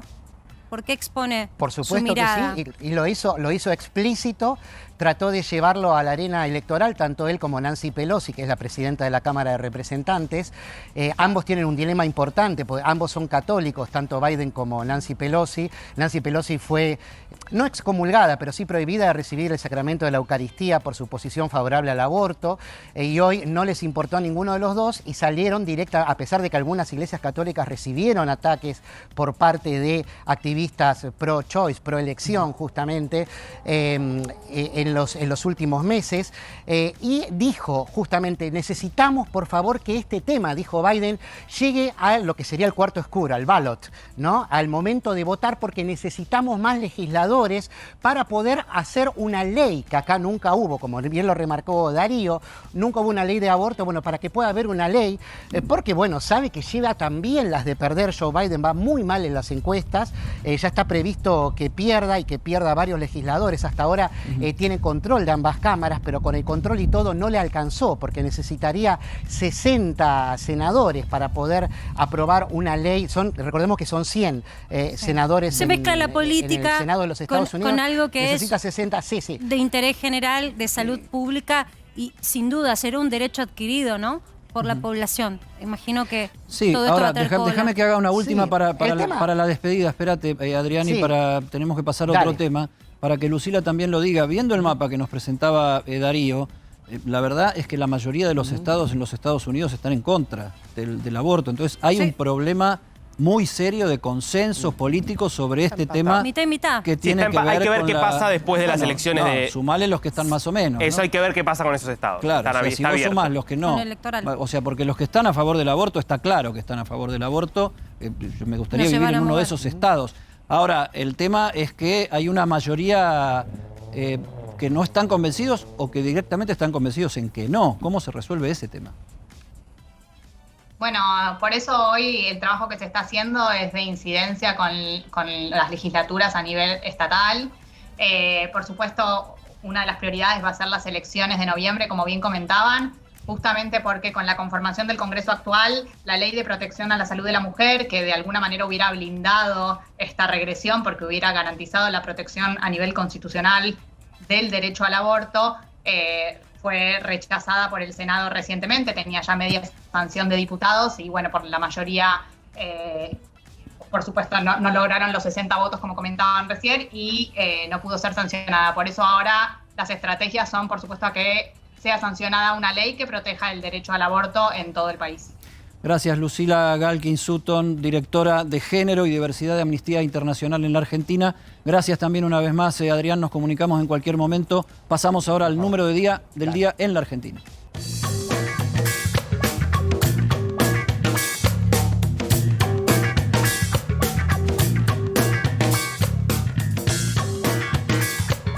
Y el número del día tiene que ver con tu bolsillo, tiene que ver con el dólar. Y así quedó el cierre del dólar blue, que pegó su salto más alto semanal y muy importante también en el día de hoy, desde el último año, 226 pesos, récord histórico para el precio del tipo de cambio informal en un mes en donde suele ser caliente la demanda. Por eso hay que remitirse recién a junio del año pasado para ver un número tan alto. ¿Por qué la suba estrepitosa de más de 10 pesos en la semana? En rigor, es un mes donde te decía, estacionalmente hay más demanda porque se cobran los aguinaldos. Cuando no hay confianza en el peso, el ahorrista, en vez de plazo fijo, va al dólar. Pero por otro lado, hay que decir también que esto se está vislumbrando en otros mercados que no son informales, sino también en el contado con liquidación o dólar bolsa, que son legales y se pueden sacar esos dólares mediante la intermediación de bonos y acciones. Allí también picó en alza esta semana. ¿Qué está ocurriendo? Algo por lo cual, estaba mirando las noticias de momento, el titular del Banco Central tuvo que salir a explicar. Hay salida de inversiones en pesos, de títulos en pesos. Y esos fondos quedan o dando vueltas esperando una oportunidad o directamente se invierten en dólares. Y este es el gran temor que tiene el gobierno, que se acelere una corrida cambiaria, una demanda de divisas que normalmente, hay que decir, en Argentina históricamente se da en los años electorales, pero cuando la incertidumbre sobre lo que es la marcha de la economía y sobre todo de la conducción política aparece, lo vimos también que le ocurrió a Macri, salta este tipo de cambio. ¿Qué dijo Miguel Pelle, titular del Banco Central? Vamos a defender los precios de los títulos en pesos con todo el esfuerzo que sea necesario. Y sale el titular del Banco Central a explicar esto luego de que ya había trascendido fuertemente la crítica de la vicepresidenta de la Nación por cómo gestiona el cuidado de las reservas monetarias. Hoy el Fondo Monetario, te decía hace un ratito nada más, aprobó esa inyección de liquidez que viene en realidad a soslayar lo que le tenemos que devolver. Ingresan divisas que después tenemos que devolver. Hoy aprobó la revisión del acuerdo, pero hace hincapié en la necesidad de que Argentina recomponga reservas. 226 pesos. Dame la que sigue, porque yo quiero también contarte que el gran problema que está teniendo Argentina es que si bien estacionalmente es un mes en donde hay más demanda de dólares, no es un mes en donde el Banco Central pierda reservas. Sin embargo, estamos terminando el mes de junio con una pérdida de 600 millones de dólares en las arcas del Banco Central. Esto sin contabilizar, por supuesto, lo que se acaba de comunicar, esta inyección de liquidez del Fondo Monetario. 600 millones de dólares en baja las reservas en un mes en donde tradicionalmente se acumulan reservas monetarias. Hay que remitirse recién, históricamente, a junio de 2017, cuando Mauricio Macri tuvo que girar velozmente la apreciación del tipo de cambio y también la tasa de interés para tener un junio en negativo. O si no, irnos a la crisis del campo y la subprime en 2008 para tener otro mes de junio negativo. ¿Qué te quiero decir con esto? Que si nos está pasando que perdemos reservas en un mes en donde hay liquidación grosera de dólares producto de la agroindustria y de la cosecha de dólares del campo, ¿qué va a pasar cuando esos dólares del campo no estén? Y eso ocurre en el segundo semestre. En el mes en donde el Banco Central tendría que acopiar dólares, los está perdiendo. Y esto es porque trata de estabilizar las variables económicas, pero también por algo que tiene que ver con lo que contábamos al principio, la compra de energía. El gasto en energía remitió también una onerosa inversión por parte del Banco Central. Comprar energía y no producirla en el país tiene este costo. Ya volvemos.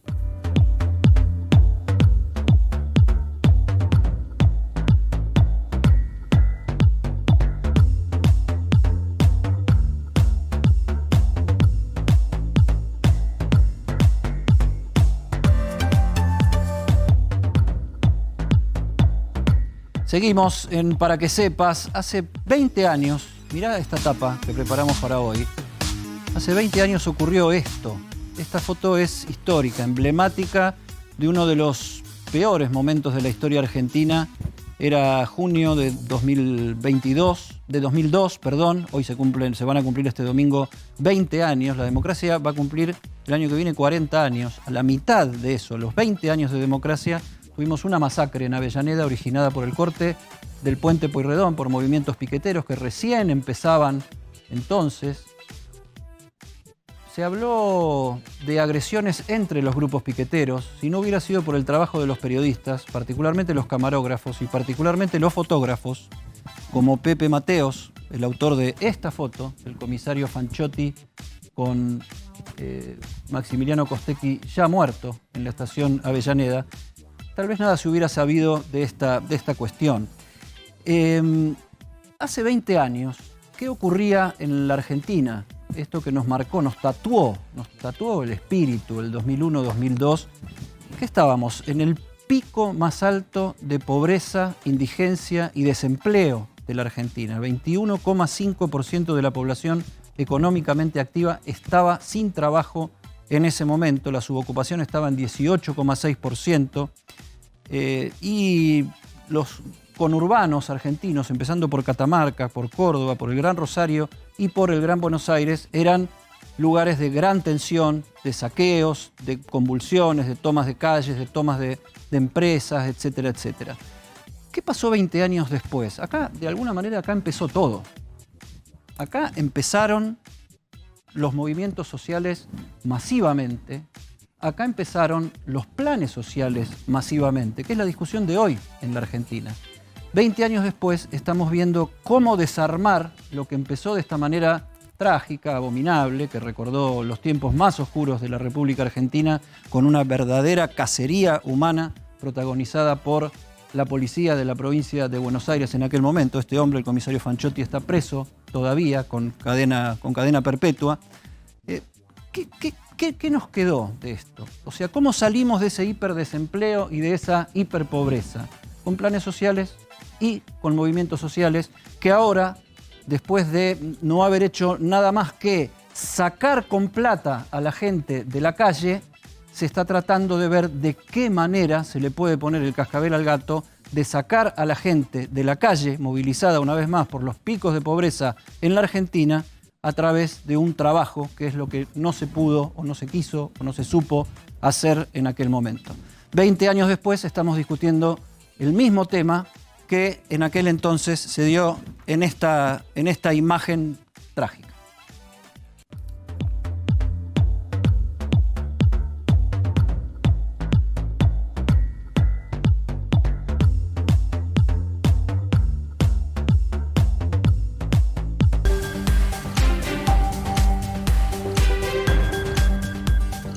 Información urgente. Esto sucedió en Ramos Mejía. 2 ladrones le roban la camioneta al dueño de una metalúrgica. Este le pidió ayuda a un amigo, quien estaba armado. Se tiroteó con los delincuentes y uno de ellos terminó herido en la mejilla. Estamos trabajando en vivo y está allí Javier Mozo. Estas son las imágenes de cómo comenzó todo.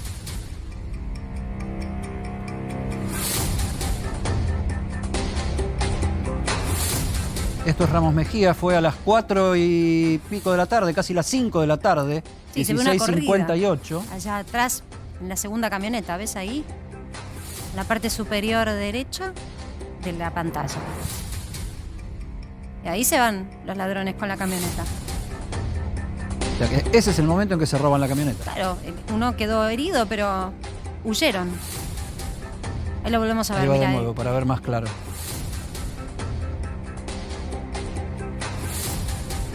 Claro, el dueño de la camioneta descarga mercadería. Ese auto blanco debe ser el que... No, viene... Míralos cómo ahí aprovechan están. que pasaba un auto y... Tristes escenas que Ahí se viene. repiten en el conurbano bonaerense. Les decía, está Javi... está Gonzalo. Sorbo.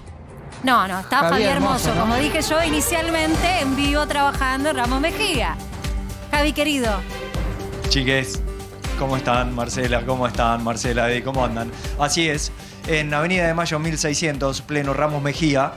Y ustedes observarán ahí la Amarok, la camioneta Amarok con el disparo en la ventanilla trasera izquierda, como se observa en este momento que Dani Jerez está haciendo foco, porque luego de la corrida, luego de la persecución, luego del disparo de un amigo del comerciante damnificado, la camioneta impacta con algunos vehículos, porque claramente el balazo pegarle en la nuca al delincuente, impacta con varios vehículos que estaban estacionados aquí sobre la vereda derecha y queda detenida en este lugar con media camioneta prácticamente arriba de la vereda y lo que es la trompa en la posición de Javier, camino la Universidad de La Matanza. Sí, Eddie. Javier, ese balazo que se ve en la ventanilla trasera izquierda es el que va a impactar en la nuca del delincuente que robó la camioneta.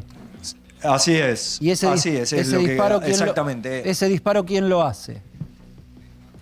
Ese disparo lo hace un comerciante amigo del damnificado, que tiene un local a muy pocos metros de aquí del lugar. Porque en el interín de este robo, el damnificado se pone en contacto con su amigo y le dice: probablemente va a pasar mi camioneta que ha sido robada por la Avenida de Mayo. Y ahí es cuando sale el amigo, sale a la calle y se produce hasta el momento un único disparo que, como se puede observar, impacta en el vidrio trasero izquierdo y pega en la nuca del delincuente. El delincuente es llevado con suma urgencia. De acá llega una ambulancia bastante rápido aquí en La Matanza, en la zona de Ramos. Llegó la ambulancia bastante rápido y se lo llevan a un hospital. Se desconoce el hospital que se lo llevan. Y el otro delincuente, porque eran dos, el otro delincuente escapa y es detenido a través de un operativo cerrojo. Luego lo encuentran infraganti cambiándose las ropas. A unas 4 o 5 cuadras de acá.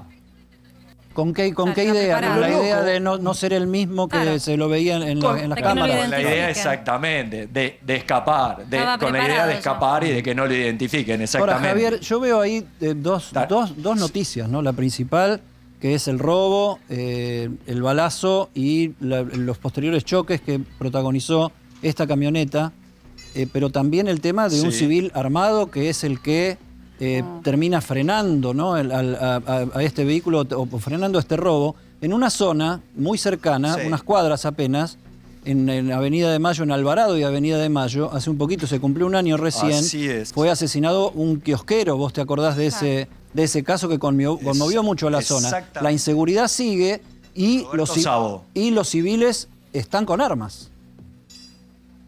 Sí, lo que ha trascendido hasta el momento, adhiero a lo que vos decís, Eddie, lo que ha trascendido hasta este momento es que quien efectuó el disparo tiene todas las autorizaciones correspondientes como para portar arma de fuego, claramente. Mientras estamos viendo que los peritos en la camioneta de la policía... Pero no es alguien de una fuerza de seguridad. No. En un momento habría trascendido que era personal de seguridad, de una fuerza de seguridad, pero lo que se acaba de saber desde hace unos minutos es que quien efectuó el disparo es comerciante de la avenida. Bueno, a ver, suma Martina la polémica, porque por supuesto acá en Argentina llegó también la polémica de la utilización de las armas, de la mano de la propuesta de Javier Milei. En este marco, por supuesto, esto va a terminar con una causa. Sí, claro. ¿Es legítima defensa? Y habría que ver varios aspectos, porque la legítima defensa, la justicia lo considera que es como tal cuando vos te estás defendiendo de un ataque, vos estás defendiéndote del ataque en la misma proporción que te están atacando. Y en la misma escena del ataque. Exactamente. Salir a perseguir a alguien, ahí ya entra bastante en duda el tema de la legítima defensa. ¿Se acuerdan del caso del policía Chocobar? Sí. Que él sale a perseguir... Y del ingeniero Santos, ¿no? Y del ingeniero Santos. Pero en el caso del policía Chocobar, él sale a perseguir a dos ladrones que le habían robado una cámara de fotos a un turista estadounidense en La Boca al que habían apuñalado. Y en la persecución Chocobar le dispara por la espalda a uno de ellos y muere. ¿Qué fue lo que dijo la justicia que condenó a Chocobar? Acá no había una legítima defensa. Acá inclusive no había un riesgo del delincuente para con otras personas porque se estaba escapando, se estaba yendo. Bueno, hubo una cacería. Hay que ver en este caso, con el correr de las horas y de los días, qué es lo que determina la justicia Javier, y cómo se dio el hecho. Javier, en la fuerza policial, los que están trabajando, habrá alguien de fiscalía, no sé cómo es ese movimiento en este momento. ¿Alguien comenta algo de estas situaciones? En lo que estaba recién, mientras ustedes estaban hablando, estaba hablando en off con personal policial que no está autorizado a hablar. Y lo que me decían es que la persona que efectúa el disparo tiene todos los papeles como para poder portar arma sin ningún inconveniente y que aparentemente sería en legítima defensa la utilización de esta en este caso. Ahora, el tema de la aportación de armas... No hay personal judicial al respecto. Estuvieron probablemente más temprano. Quisiera ver si en algún momento puedo hablar con el jefe del operativo para ver si me puede aclarar algunos interrogantes todavía. Mientras vos tratas de hacerlo, quédate. Yo le pregunto a Martín, el uso... ¿La aportación de armas habilita el uso de esas armas en la vía pública? No necesariamente, no. Y aparte una cosa es portación y otra cosa es tenencia. Claro. Supongamos porque que la tenía aportación es muy raro que alguien tenga aportación. Una cosa es tenencia que vos podés tener en tu casa y otra cosa es portación que es que la podés llevar en la calle. Muy poca supongamos gente. Que tenía aportación, porque eso sería ceñirse a la ley. Si el hombre estaba en regla, de todas maneras eso no lo habilita a la utilización. No es licencia para disparar. Digo. A ver, acá muchas veces complicado. Y aparte el tiro en la cabeza, digo, no es que a las extremidades como para de alguna manera imposibilitar que se escape. No, obviamente. Es complicado. Tener la aportación de armas no te habilita a usarla en cualquier momento, en cualquier contexto, y mucho menos matar a una persona. En muchos casos lo que se da es que a veces las personas que tienen un arma y son detenidas cometiendo un delito y que tienen esa arma de manera ilegal, eso también es un delito. Y en las condenas se suma a un robo, un homicidio o un secuestro la aportación ilegal de un arma. Ese es un delito que está establecido en el Código Penal por el que hay también muchas condenas, sobre todo cuando se cometen robos. Bueno, no sé si ahí ya Javi nos puede aportar más información. Estaba tratando de dialogar con los efectivos policiales. Acá estoy, Contanos, chicos. Javi. Acá estoy, chicos. Acá estoy. No sé si me escuchan. Bueno, vamos a ver. Lo voy a llamar a Dani. A ver si te podés... Que la situación es esta. Es legítima defensa porque todo ocurre en esta esquina. En esta esquina de Avenida de Mayo y Agustín de Lía. Es acá, en esta esquina, donde frenan los delincuentes producto del semáforo. El amigo del damnificado se entera de la situación. Cuando sale, el delincuente que venía manejando lo apunta al amigo del damnificado. Claro. Y es ahí cuando el amigo del damnificado utilizaría en este caso su arma. Esto es lo que ha declarado ante el fiscal interviniente. Además tenés emoción violenta. Esto es lo que declaró ante el fiscal interviniente. Y ahí es legítima defensa. Claro. Porque nosotros, recién le preguntaba a personal de acá policial, le digo, pero ¿cómo es legítima defensa si es una persona que sale de un local? Y el que acciona... Dice, lo que él declara en este caso... El comerciante Lo que él declara en este caso es que al verse agredido porque el delincuente lo apunta, esta persona que repele lo que efectúa o lo que hace el delincuente, esa persona actúa en legítima defensa y muy le buena dispara aclaración, al Javi. Bien, ¿el tirador está caminando o está arriba de un móvil? ¿El comercio de él está ahí en esa misma cuadra? El comercio de él está en esta misma cuadra por una cuestión de prefiero no mostrarlo. No, está bien. No, prefiero no mostrarlo. Pero él está caminando o corriendo a la camioneta, no está en otro sale auto. del local, él sale Claro, él sale del local producto del llamado telefónico por parte de la persona a la que le robaron la camioneta. Salí a la Avenida de Mayo porque probablemente va a pasar la camioneta que me acaban de robar. En ese momento venía la camioneta normal, me cuentan otras personas, venía con la música bastante alta y demás, y la persona que repele, o sea, el amigo del damnificado, ve la situación, ve la camioneta parada, ve que el delincuente saca un arma como para agredir a esta persona que se acerca a la camioneta, y en ese momento es cuando le efectúa el disparo. Terrible, Javi. Bueno, ahí vemos cómo trasladan uno de los automóviles involucrados, el automóvil de la escena. Exactamente, del robo. estuvieron trabajando hasta recién los peritos. Vamos a tener seguramente información actualizada en el Corriente de la Noche. Volveremos con vos, Javier. Gracias por la información. Esto es lo que está sucediendo en el conurbano bonaerense. Violencia y delitos sin límites.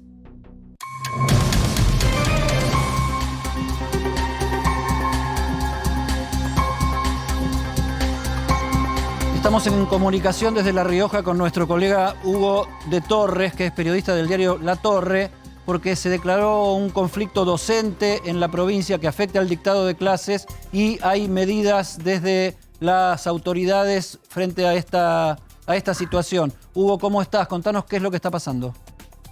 Muy buenas tardes a todos. Bueno, lo que está sucediendo en La Rioja, en realidad estamos ya prácticamente en el final del conflicto. El conflicto se había suscitado por la conformación de un grupo de docentes autoconvocados, así llamados, que habían decidido manifestarse por el aumento salarial, que todos los docentes obviamente se habían manifestado, pero sin atenerse, digamos, a las negociaciones salariales que se estaban haciendo de los gremios. En los últimos días, el gobierno ofreció, después de haber modificado la primera instancia de la paritaria, ofreció 15.000 pesos a pagarse en los próximos 3 meses. Serían 5, 4 y 6. Hasta el mes de septiembre, es decir, junio, agosto, septiembre. Y el tema es que los gremios en general aceptaron, por supuesto con objeciones respecto, hubo titularizaciones extras a modo de negociación, y eso, la verdad es que se resolvió el problema con los gremios. El problema es que los autoconvocados seguían yendo en las manifestaciones no conformes con la oferta que había hecho el gobierno. En el medio, y este fue el punto culminante donde más violencia hubo, aparecieron representantes de políticos, ¿no? Del MST, del radicalismo y libertarios, que estaban agitando la protesta y que acusaron al gobierno de haber reprimido, cuando en realidad fue una refriega que se dio frente a la puerta de la Casa de Gobierno porque habían querido ingresar.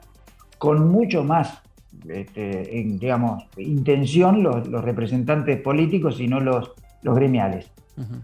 Cuando se depuró la manifestación, bueno, quedaron en este momento pocos representantes de los autoconvocados yendo todavía a las marchas que están yendo.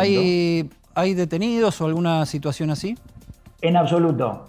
No hay detenidos y además, lo que ha desinflado prácticamente la protesta es el hecho de que los propios integrantes de los gremios han reconocido que no puede haber una negociación paritaria con gente que no está institucionalizada. Bien, por último, Hugo, con el agradecimiento de tu participación y la información que nos brindás, vos decís que el conflicto está en su parte final. ¿Esto ya vos considerás que en el fin de semana va a estar todo resuelto?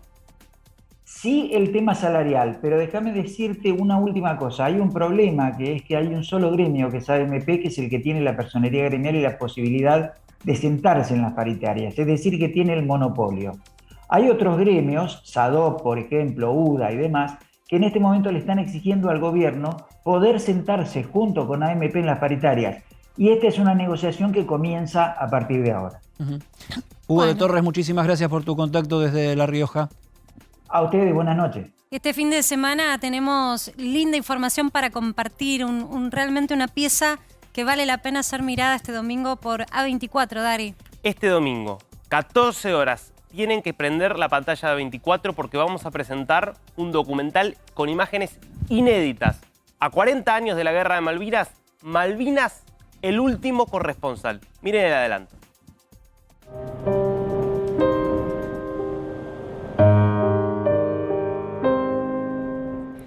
Eduardo Rotondo es camarógrafo y corresponsal de guerra. Es una cosa que no podés olvidar. Qué sé yo, te vienen los recuerdos y es imposible borrarlos. El destino y un engaño lo llevaron a Malvinas. Y cuando el 2 de abril me llaman por teléfono a lo de mi suegra y me dicen, bueno, ahora ya sabes para qué te llamamos.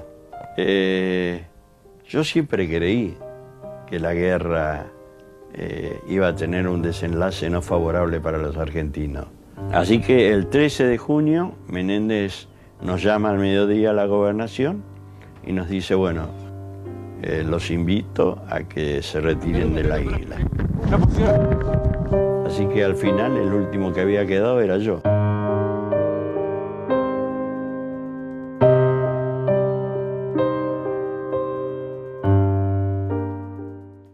Una mirada distinta de nuestra historia. Le mandamos un abrazo a Ramiro, que es nuestro colega que hizo. Y que dimos el anticipo cuando lo estaba recién preparándolo casi con el crudo, y se hizo el anticipo acá en Para que sepas. Muy bien, para verlo este domingo.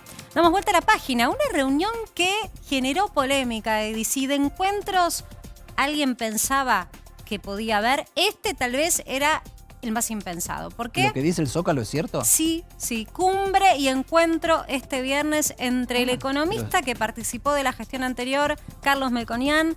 Bueno, él participa de la Fundación Mediterránea, de la parte del IERAL, con la vicepresidenta de la Nación. Hago hincapié en esto porque fue esta fundación radicada en Córdoba que propició este encuentro entre la vicepresidenta y Melconian, que habían tenido cortocircuitos, incluso ella en redes sociales en algún momento lo criticó mucho a él por su postura y su gestión, pero Carlos Melconian ha sido una fuente de consulta intensa por intendentes, gobernadores y por el propio presidente, por el peronismo en sí, más allá de que haya tenido una pata en el macrismo. Está hablando medio con todos porque está armando un plan económico, ¿no? Un programa económico, aparentemente eso es lo que le fue a presentar. Cristina está muy preocupada, según trascendió, por la baja en las reservas monetarias, lo que te contamos antes, porque no se genere una situación cambiaria que ponga más pimienta a una economía que está bastante delicada y sobre todo en un contexto político en donde no se vislumbra seguridad y antes de un año electoral en donde ya de por sí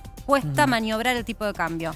Me imagino las repercusiones del fin de semana, porque Cristina, que viene de salir con los tapones de punta con los movimientos piqueteros oficialistas y ahora se reúne con Melconian, alguien va a decir algo. Bueno, es un giro. También hay que reconocer que ha sido muchos los economistas que le han presentado una reunión por ahí no sé, en un país normal una reunión no se le niega a nadie, pero viste que acá... Ahora, Martín Redrado también, ex titular del Banco Central, con el que ella había tenido una pelea, digamos, cuando fue presidenta, porque él se negó a la utilización de las reservas para el pago de deuda y algunas cuestiones más. Bueno, también fue quien en algún momento, hace unas semanas nada más atrás, pudo presentarle a este gobierno un programa económico. Son muchos los economistas que están poniendo en énfasis de que no importa quién gobierne, hay algo que hacer, sí o sí, porque si no, incluso si hubiese un traspaso de mando, cual fuera el color político que gobierne, en la próxima temporada se la va a ver muy difícil para sacar a Argentina adelante. Dari. No, que desde hace un tiempo me parece Melconian se convirtió de esos pocos economistas que lograron saltar la grieta, ¿no? Porque creo que habla con todos desde hace bastante tiempo. Sí, con el peronismo nunca dejó de hablar, de hecho. ¿Sabés lo que pasa ahora? ¿Qué pasa? Dos cosas. A ver. Primero, Viviana Canosa. Y después, fin de semana. Eso es lo que quería escuchar. Choque esos 5. Nos vemos, Eddie. Buen fin de semana. Nos reencontramos el lunes. Quédense con Vivi.